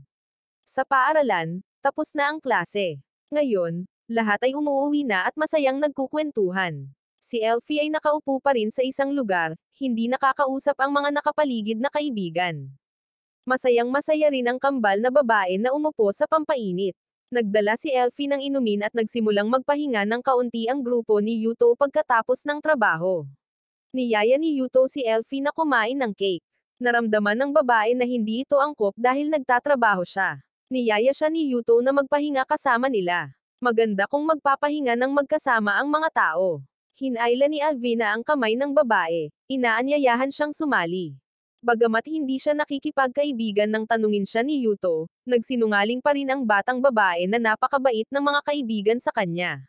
Gayunpaman, kinabukasan, pumunta sina Yuto at Christina sa paaralan upang obserbahan si Elfie. Nadama ni Yuto na responsibilidad din niya ito. Inisip ni Christina na isa siyang ama na nahuhumaling sa kanyang anak na babae na pahirapan hanggang masawi ang sinumang lalaking maglalakas loob na manligaw sa kanyang anak. Kaagad, napagtanto ni Yuto na si Elfie ay nakahiwalay. Humingi ng pahintulot si Christina na makialam. Pareho silang nag-enroll ni Alvina sa paaralan. Ayon sa pagpapakilala, binaliwala ng dalawang ito ang kanilang kabataan upang mangakong magiging mga anak ni Yuto. Umaasa ang guro na tatretuhan sila ng maayos ng mga estudyante. Matapos lumikha ng kaguluhan, pumili si Christina ng upuan. Pinili niyang umupo sa tabi ni Elfie. Habang nasa klase, patuloy na inuutusan ni Christina si Elfie, na naging dahilan upang hindi magustuhan ng mga estudyanteng nakaupo sa likuran. Bumalik si Christina upang iulat na ang klase ay pinamumunuan ng isang pinuno ng paaralan. Inutusan ng babaeng iyon ang ibang mga estudyante na huwag pansinin si Elfie dahil sinamahan siya ni Yuto noong nag-enroll ito at tila malapit sa kanya. Akala ni Yuto ay pala kaibigan lang siya, ngunit hindi sinasadyang nainggit ang ibang mga babae. Gusto ng lahat ng atensyon niya, at si Elfie lang ang mahalaga sa kanya, kaya hindi ito nagustuhan ng pinuno ng paaralan. Walang magawang bamantong hininga si Yuto. Si Christina ang magiging bagong hepe ng paaralan, na magpapabago sa posisyon ni Elfie sa klase. Kung malapit si Elfie sa bagong hepe ng paaralan, hindi siya maaaring baliwalain ng ibang mga estudyante. Tiniyak ni Christina na magiging maayos ang lahat. Natapos ang klase kinabukasan, at isang babaeng may pulang buhok ang nag-imbita ng isang kaibigan na bumisita sa bahay nito, ngunit lahat ay nagtipon sa paligid ni Christina. Inimbitahan ni Christina ang lahat na pumunta sa bahay nito, at masayang sumunod ang mga kaibigan. Sina Elfie at Alvina na lang ang natira. Pumunta si Elfie sa kaibigang may pulang buhok, iniabot ang kamay para imbitahan itong maglaro, pero tumanggi ang babae. Sa huli, salamat sa maaraw ng ngiti ni Elfie, lumuha siya, hinawakan ang kamay ni Elfie para maglaro ng magkasama. Bumalik si Christina para ibalita na naayos na ang lahat. Masaya pa rin si Alvina dahil hindi na niya kailangang pumasok sa paaralan, ngunit sinabi ni Christina na magpapatuloy pa rin ang lahat. Napasigaw si Alvina sa iyak dahil ayaw na nitong pumasok sa paaralan. Tinawagan ni Yuto ang kanyang kasintahan para batiin ito ng maligayang Pasko. Sa kasalukuyang panahon ni Yuto, hindi pa ipinapanganak si Hesukristo. Sa mundong ito, pakiramdam ni Yuto ay wala siyang maibibigay na regalo. Inisip ng kanyang kasintahan na ang mahalaga ay ang puso pa rin. Kung gusto niya ng Reg Along parehong sentimental at gable, pinayuhan niya si Yuto na gumawa na lang nito mismo. Naisip mo na magandang ideya ito. Naubusan na ng baterya ang telepono ni Yuto. Inoff niya ang telepono, nag-alala ang kanyang kasintahan, hindi alam kung kanino magbibigay ng regalo si Yuto. Pumunta si Ingrid sa kwarto ni Yuto para pahirapan ito. Nang makita ang eksenang ito ng karahasan sa tahanan, bamantong hininga si Alicia na napakalapit ng dalawa. Umalis si Ingrid sa galit at ngayon, sinabi ni Yuto na gusto niyang hipan ang salamin, ngunit nakalimutan niya, kaya nagalit ito. Sa daan, nakasalubong ng dalawa si Rona. Pinilit nitong sumama bilang gwardya. Iniba ni Yuto ang usapan, hindi siya pinayagang sumunod, sinabihan siyang huwag sumama. Gusto ring sumama ni Sister Alvina. Mabuti na lang at pinigilan siya ng mapang-unawang nakababatang kapatid. Sa workshop, ipinakita ni Yuto ang disenyo.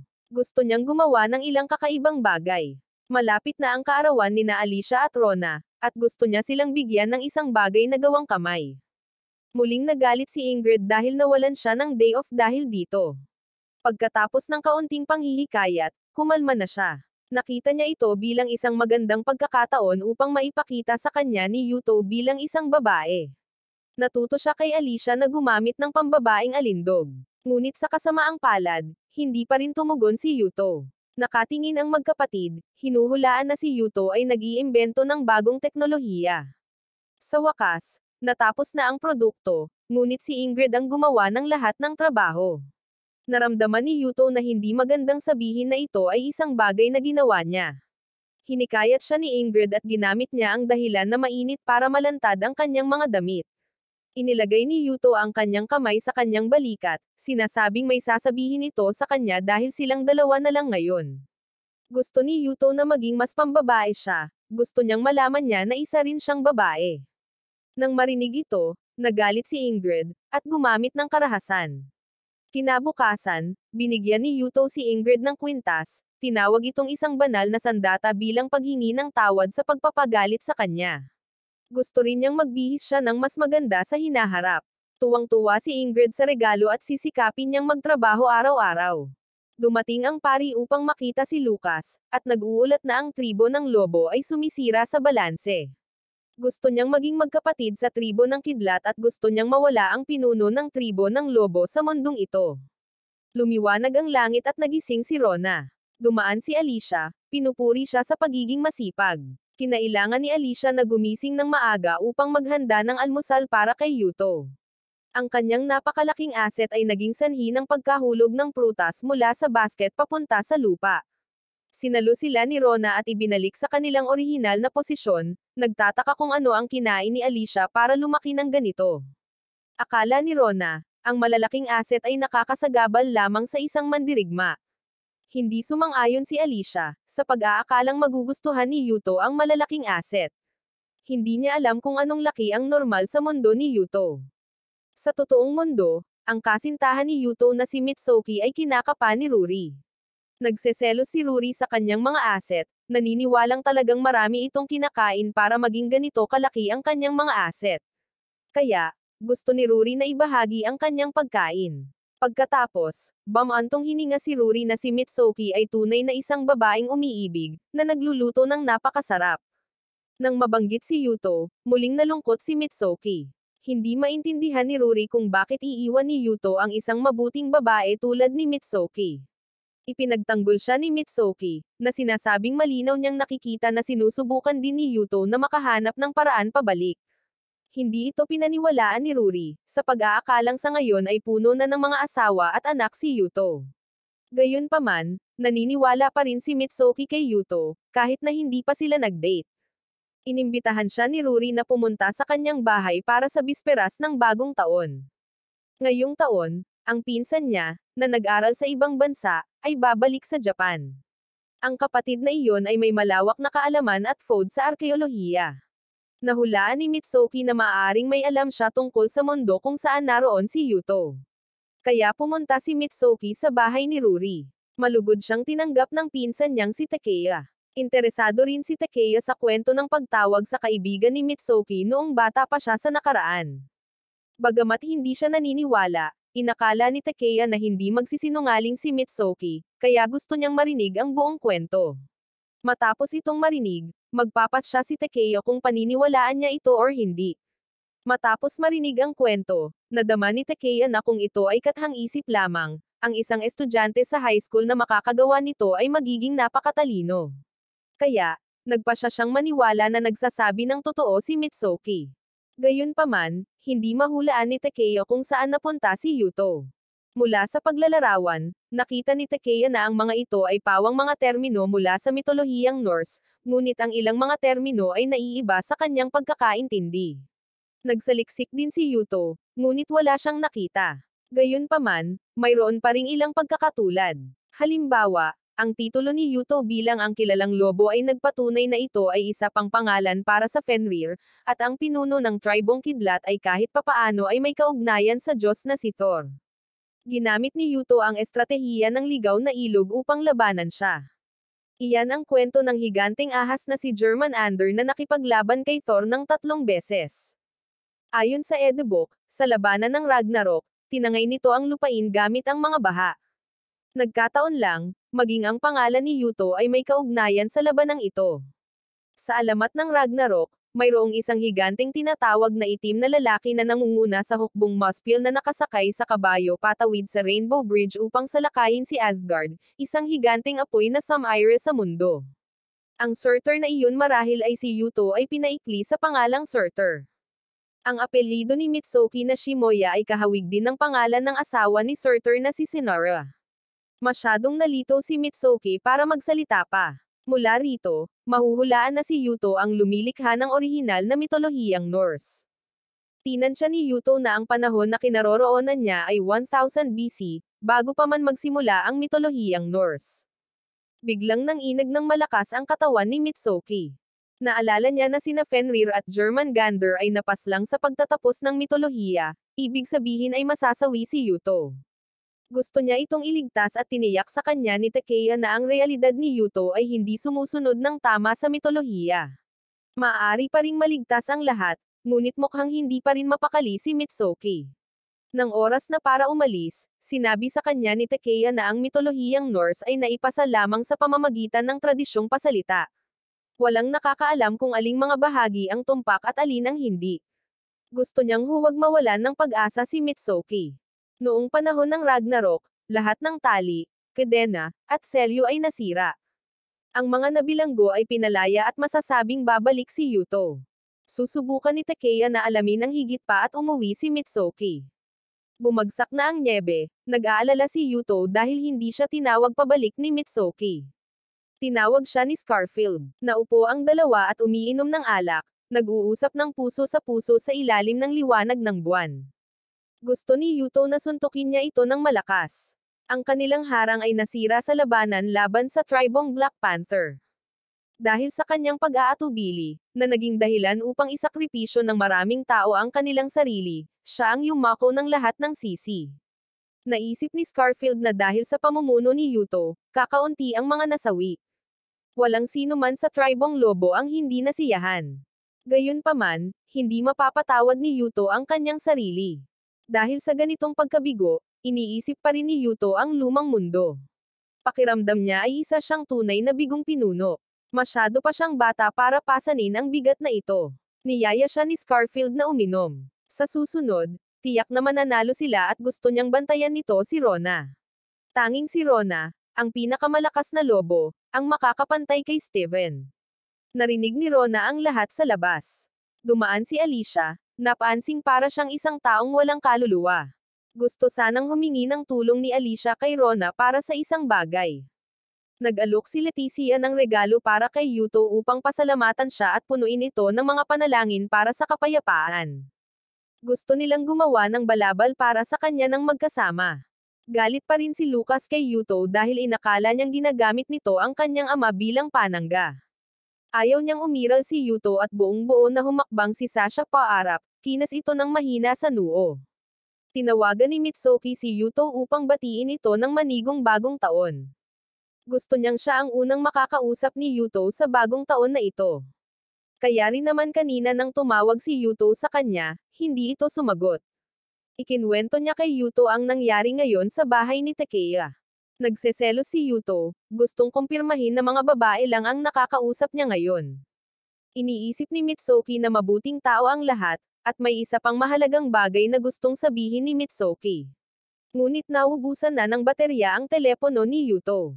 Gusto lang niyang malaman kung lalaki or babae ang kamag-anak ni Ruri. Kinas ni Mitsuki ang telepono at napakaganda ng buwan ngayong gabi.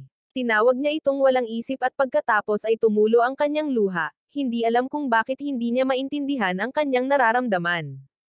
Sa panig na ito, hindi alam ni Yuto kung ano ang nangyayari sa kanyang kasintahan.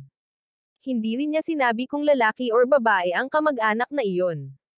Nang makita si Yuto sa daan, hiniling ng kambal na babae na sumama sa kanya. Napakatahimik ng gabi rito. Pagkatapos niyang sabihin ito, nakita nila ang isang babae na napapaligiran ng isang grupo ng mga lalaki. Matapang pa ring sinasabi ng babae na marumi at basura ang lugar na ito. Kinailangan lumabas si Yuto upang makialam. Agad na natigilan ang mga tulisan, lumuhad upang magbigay galang. Iniharap ng babae ang kanyang mukha. Si Mitsuki iyon at sa maliwanag na liwanag ng buwan, iniunat ni Mitsuki ang kanyang mga braso, ang banal na emperador na si Sigurdrifa. Siya ang tunay na tagapagmana ng banal na bansang Asgard. Nanalangin siya sa buwan, ang pinagmumulan ng amin, para sa isang masaganang ani ngayong taon, humihingi ng kasaganaan at kawalang hanggan para sa kaharian. Pagkatapos ay napaisip siya kung sino ang babati sa kanya ng manigong bagong taon ngayong taon. Pagkatapos ng paglalakad sa gabi, bumalik si Yuto. Sinalubong siya ni Alicia sa pintuan. Medyo naiinis siya dahil dapat sana'y trabaho niya ang pagbabantay kay Yuto, ngunit nitong mga nakaraang araw, si Christina na ang pumalit dito. Iminungkahi ni Yuto na maghanda ng ibang silid dahil pumunta rito si Mitsuki. Nagulat din si Alicia, ngunit isa lamang siyang kamukha ni Mitsuki. Ang tunay niyang pagkakakilanlan ay anak ng isa sa 3 dakilang pamilya ng banal na bansa ng Asgard, ang prinsesa ng tribong Jarl, si Leslie. Tahimik siyang naglalakbay, ngunit dahil alam ni Yuto, mas mabuting hayaan siyang manatili bilang isang panauhin. Lamingga-lingga ang dalaga sa paligid ng may pagtataka, bamantong hininga na ang lugar na ito ay mas parang tambakan ng basura kaysa sa inaakala niya. Bagamat hindi kasing ganda ng palasyo ng hari ang lugar na ito, nangako si Alicia na tatanggapin siya ng buong puso. Ipinahayag ni Leslie ang kanyang pagnanais na maglakad-lakad. Babalik si Christina sa bahay tuluyan upang iulat ang sitwasyon sa kanyang mga gwardya dahil umalis na siya nang walang sinasabi. Matagal nang sumusunod at nagmamasid si Rona mula sa malayo. Bagamat hindi napansin ni Yuto, mas mapagmasid pa rin si Christina. Naisip ni Rona na mabuti rin ito. Kung alam ng kanyang ama na binabantayan niya ito, natatakot siyang hindi ito magiging komportable. Ayon kay Rona, ang babaeng ito na nagngangalang Leslie ay napakalakas. Kahit na mabigla siya, hindi mananalo si Christina. Bagamat malakas si Leslie, itinuturing pa rin siya ni Rona na bata pa, parang isang magaspang na diamante na hindi pinakintab. Hindi lang siya basta isang prinsesa, ngunit hindi inisip ni Rona na nag-aalala siya kay Yuto. Hinahangaan ni Leslie ang tanawin, nahihirapan siyang paniwalaan na si Yuto ang itim na lalaki. Kinabukasan, nagdulot ng kaguluhan si Leslie sa pandayan, at hinihiling na pumasok. Sinubukan siyang pigilan ng mga gwardya, ngunit hindi siya nakinig. Tumakbo si Yuto palapit, sinabi sa kanya na ang lugar na ito ay kailangang ilihim mula sa ibang mga tribo, kaya hindi siya makapasok. Nang makita ang mukha ni Leslie na kapareho ng sa kanyang kasintahan, sandaling nag-atubili si Yuto. Itinulak ni Ingrid ang pinto pabukas, lumabas. Nang makita ang isang mukha na kapareho ng kay Mitsuki, hindi siya gaanong nagulat. Hindi niya inaasahan na darating din dito ang kanyang kaibigan. Ipinaliwanag ni Yuto na hindi ito si Mitsuki. Nang makita ang sikat na panday na si Ingrid mula sa mga chismis, mabilis na lumapit si Leslie upang hawakan ang kanyang kamay. Ito ang ikatlong beses na napagkamalan ang prinsesang ito na ibang tao. Hindi niya maintindihan kung saan nanggaling si Mitsuki. Kinailangan ni Yuto na ibahin ang usapan, sinabing medyo malayo si Mitsuki. Pagkatapos ay tinanong ni Leslie ang tungkol sa sinabi ni Ingrid tungkol sa pagdating ni Mitsuki sa mundong ito. Kailangang ibunyag ni Yuto ang katotohanan na siya ay nagmula sa ibang mundo. Noong panahong iyon ay tumingin siya sa isang banal na salamin na gawa sa elemental na tanso, pagkatapos ay dinala sa mundong ito habang si Alicia ay nagsasagawa ng isang malalim na banal na spell na tinatawag na gapir. Kaya nahulaan ni Leslie na sa mundong ito ay mayroon ding isa pang elemental na salamin na tanso. Labis na nagulat si Yuto sa kanyang kaalaman. Ang kanyang imperyo ay napakahusay sa pagsasaliksik ng elemental na tanso at mystical magic. Nasasabik si Yuto na malaman ang higit pa, ngunit gusto muna ni Leslie na mabusog ang kanyang gutom na tiyan. Kumuha siya ng pagkain at tumanggo rito ng may pananabik, bamantong hininga na napakasarap ng pagkain na ito. Pagkatapos kumain ng busog, nagsimulang mag-usap ang lahat. Naghahanap si Yuto ng paraan para makabalik. Tiningnan ni Leslie si Alicia. Hindi niya naramdaman na naglalabas siya ng malaking banal na kapangyarihan, mas mababa pa sa isang salamangkero, hindi pa kasama ang kambal na salamin. Hindi sapat ang kapangyarihan ni Alicia para ipatawag ang isang tao. Isa ring salamangkero si Leslie, ang pinakamahusay na salamangkero sa Yggdrasil. Naghanap din si Yuto ng mga sikat na salamangkero, ngunit hindi niya nakita ang pangalang Leslie. Ginamit ni Leslie ang spell kaya hindi makagalaw si Yuto para patunayan ang kanyang kakayahan. Ipinapakita lamang niya ang kanyang kapangyarihan. Tulad ni Steven, mayroon din siyang 2 ron. Nagulat si Alicia na sa Yggdrasil na ito, may isa pang tao na may 2 ron. Sa unang araw niya rito, nabunyag na ang pagkakakilanlan ni Leslie. Sa totoo lang, siya ang ika-13 banal na emperador ng banal na bansang Asgard, si Godria. Lumuhad si Alicia, humingi ng tawad sa kanyang kakulangan sa kaalaman. Humingi rin ng tawad si Yuto, nagmamakaawa na makalaya mula sa immobilization spell. May 2 pangunahing uri ng spell, iyong may mga internal na epekto at iyong may mga external na epekto. Ginamit niya lang ang racing spell na may internal na epekto. Kailangan ng external effect spell para malabanan ito. Ngunit napakahina niya sa mga external spell, kaya hindi niya alam kung paano ito kakanselahin. Mawawala ang kanyang spell pagkalipas ng 1 linggo. Nagmakaawa si Yuto kay Alicia na iligtas siya, ngunit sa kasamaang palad ay hindi rin niya magawa. Tanging si Sasha, ang mangkukulam ng Mayugara, ang makakagawa. Si Sasha na iyon mula sa tribong Black Panther, maaari niyang gamitin ang Fimblevet, isang spell na nagpapalaya sa lahat ng bagay mula sa anumang bond. Kaya iyon ang dahilan ng nangyari sa labanang iyon. Nang gabing iyon, Tinawagan ni Yuto si Mitsuki, ikinwento ang tungkol sa pakikipagkita niya sa isang taong halos kamukha niya, na nagngangalang Leslie. Nagulat si Mitsuki, dahil pakiramdam niya ay pamilyar ito. Matapos masabihan ni Leslie, alam na ni Yuto kung paano hanapin ang daan pabalik. Hiniling ni Mitsuki na marinig ang mga detalye. Ang tanging makakabasag ng spell para kay Yuto ay ang kaaway, si Sasha. Naisip ni Mitsuki na kailangan lang nilang maghanap ng iba na may katulad na spell. Sabik na inaabangan ni Mitsuki ang araw ng pagbabalik ni Yuto. Ngayon, nagdaos si Yuto ng pagdiriwang ng bagong taon. Nang matapos ang seremonya, naglabas si Alicia ng isang balabal. Isinuot ito ni Yuto at ngayon ay isasagawa niya ang seremonya ng bagong taon upang salubungin si Leslie.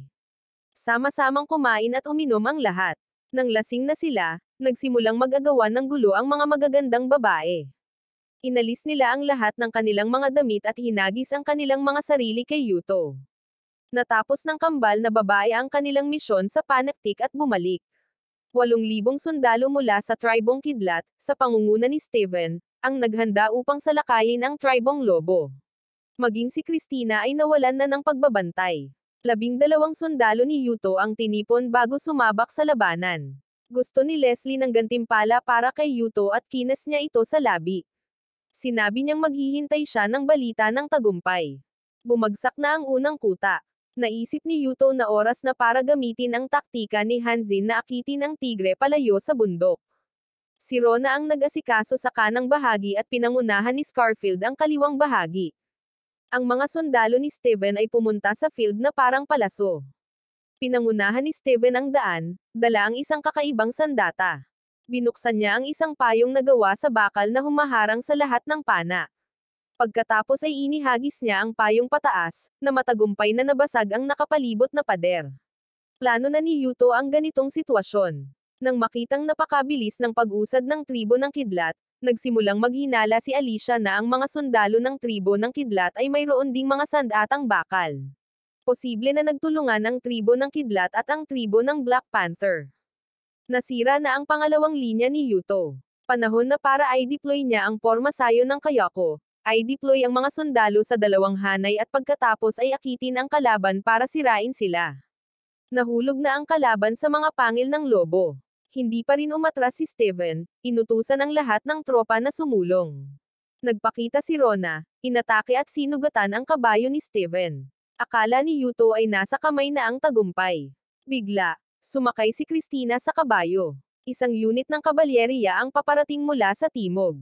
10,000 sundalo, at iyon ang hukbo ni Lucas. Sa panig na ito, nilalabanan ni Steven ang dalawang taga-tribong lobo ng sabay-sabay. Nang salakayin si Rona, sumugod si Scarfield upang harangan siya at bumagsak. Ang susunod ay si Rona. Nang mahulog si Scarfield sa malalim na kalaliman, ang sandaling iyon ay nagpasiklab ng nagbabagang galit sa puso ni Rona, na ginawa siyang isang higanteng apoy na nagliliyab ng matindi. Determinadong huwag hayaang magkaroon ng pagkakataon si Steven na maging mayabang, hinigpitan niya ang kanyang hawak sa hawakan ng espada at walang pag-aalinlangang sumugod sa labanan. Gayunpaman, hindi madaling kalabanan si Steven. Inihampas niya ang kanyang higanteng martilyo, na lumikha ng isang umiikot na bagyo ng buhangin.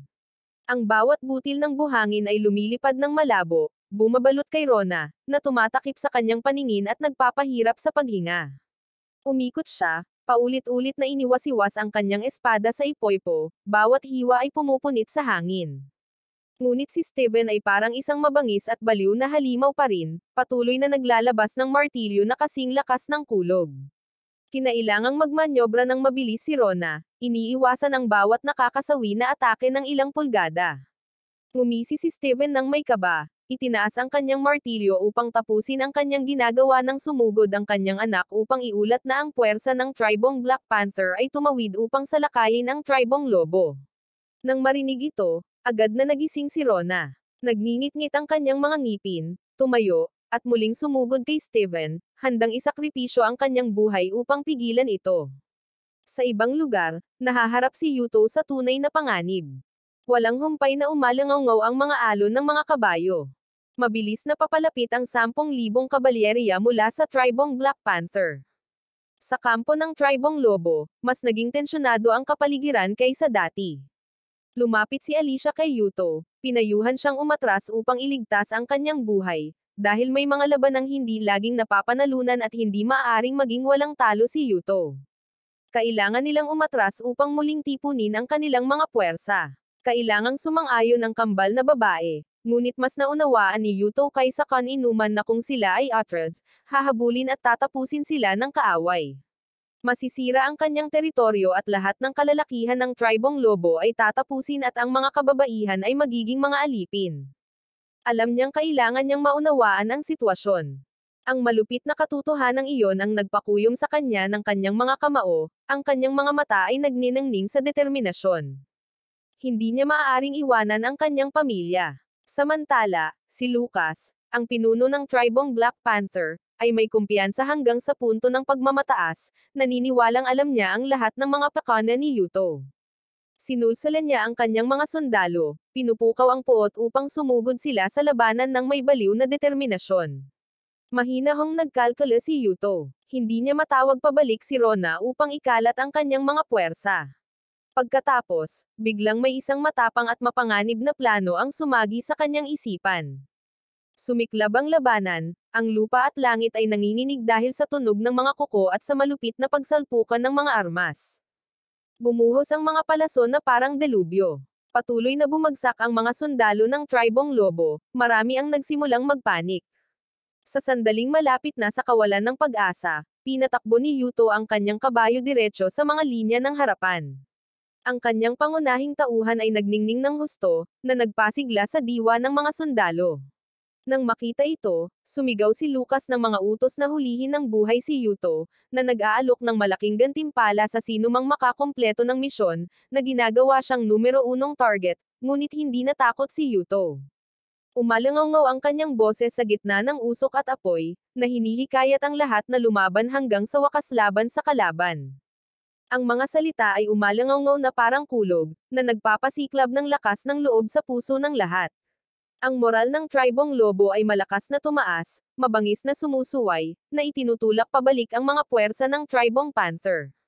Namuo ang mga luha ni Alicia at inamin niya na si Yuto ang tagapagligtas ng buong tribong lobo. Kasabay nito, ang labanan sa pagitan ni Rona at Steven ay hindi pa rin tiyak. Pagod na pagod si Rona, nanghihina ang kanyang katawan, habang si Steven ay parang isang baliw na tigre, lalong nasa sabik habang lumalaban. Habang nadidistract siya sa mga hiyawan ng tagumpay mula sa malayo, biglang naglunsad si Steven ng isang palihim na pag-atake. Isang kakilakilabot na martilyo ang tumama, dahilan para matambush siya paatras. Ngunit hindi hinayaan ni Rona ang kanyang sarili na bumagsak. Sa kanyang isipan ay nagpakita ang imahe ni Yuto, ang taong gusto niyang protektahan anuman ang mangyari. Humugot ng lakas mula roon, hinanda niya ang sarili na tumayo. Akala ni Steven ay pagod na siya at sumulong upang tapusin ang laban, ngunit hindi niya inaasahan na tahimik na naglagay ng bitag si Rona. Nang ihampas niya ang kanyang martilyo, ang malakas na atake ay natamba ang espada mula sa kanyang kamay, na nagpapaisip kay Steven na tapos na ang labanan. Gayunpaman, sa nakapipinsalang sandaling iyon, bumalik ang kanyang espada sa may-ari nito. Umikot si Rona gamit ang isang pitik na naging dahilan upang tumalbog pabalik ang espada, diretsyong tumusok sa tiyan ni Steven. Nanlaki ang kanyang mga mata sa matinding sakit. Umalangaw ang mga hiyawan sa buong larangan ng digmaan, hudyat na nagtagumpay ang plano ni Yuto. Ang tribong panther ay napunta sa isang patibong ng kasawian. Hinawakan ni Steven ang kanyang sugat, inamin ang pagkatalo, at umatras. Agad na hinanap ni Rona si Scarfield. Mabuti na lang at buhay pa siya pagkatapos ng kakilakilabot na pagbagsak. Samantala, ang mga tropa ng tribong panther ay nagkalat at tumatakas habang si Lucas ay galit na galit dahil sa pagkabigo. Inutusan niya si Sasha na linisin ang daan, pagkatapos ay sumugod sa kinaroroonan ni Yuto. Umangat ang kanyang espada, tumama sa hangin, ngunit napigilan ni Alicia ang atake. Kahit na siya ay itinapon sa malayo, nagmakaawa siya kay Lucas na huminto habang sinisigawan si Yuto na umatras. Ngumisi siya, isinumpa si Yuto na parang isang walang silbing duwag. Gumamit si Sasha ng mahika para suportahan siya, ngunit naubos na ang kapangyarihan nito. Ang spell ay isa lamang mahinang baga. Sumugod si Lucas para umatake, Ngunit hinaranggan ito ni Yuto, na ikinagulat niya. Tiningnan siya ni Yuto, sinasabing pagod na siyang protektahan ng iba, na mula ngayon ay gagamitin niya ang espadang ito para protektahan ang lahat. Isang mainit na komprontasyon ang sumiklab, ang dalawa ay patuloy na nagpapalitan ng galaw, na nagbabanggaan pa rin ng mga kislap. Bagamat natamba ang kanyang espada, hindi umatras si Yuto. Ginamit niya ang kanyang buong katawan para sumugod, diretsyong sumalpok kay Lucas, dahilan para matamba at mahimatay ito. Sa gitna ng mahinang hangin pagkatapos ng labanan, umalangaw ang kanta ni Sasha. Ang asul na liwanag ay sumilay mula sa katawan ni Yuto, kumalat sa buong larangan ng digmaan. Ngumiti siya, ibinalik ang telepono kay Alicia bilang pamamaalam. Pagkatapos ay unti-unting nawala ang kanyang katawan, bumalik sa dating mundo.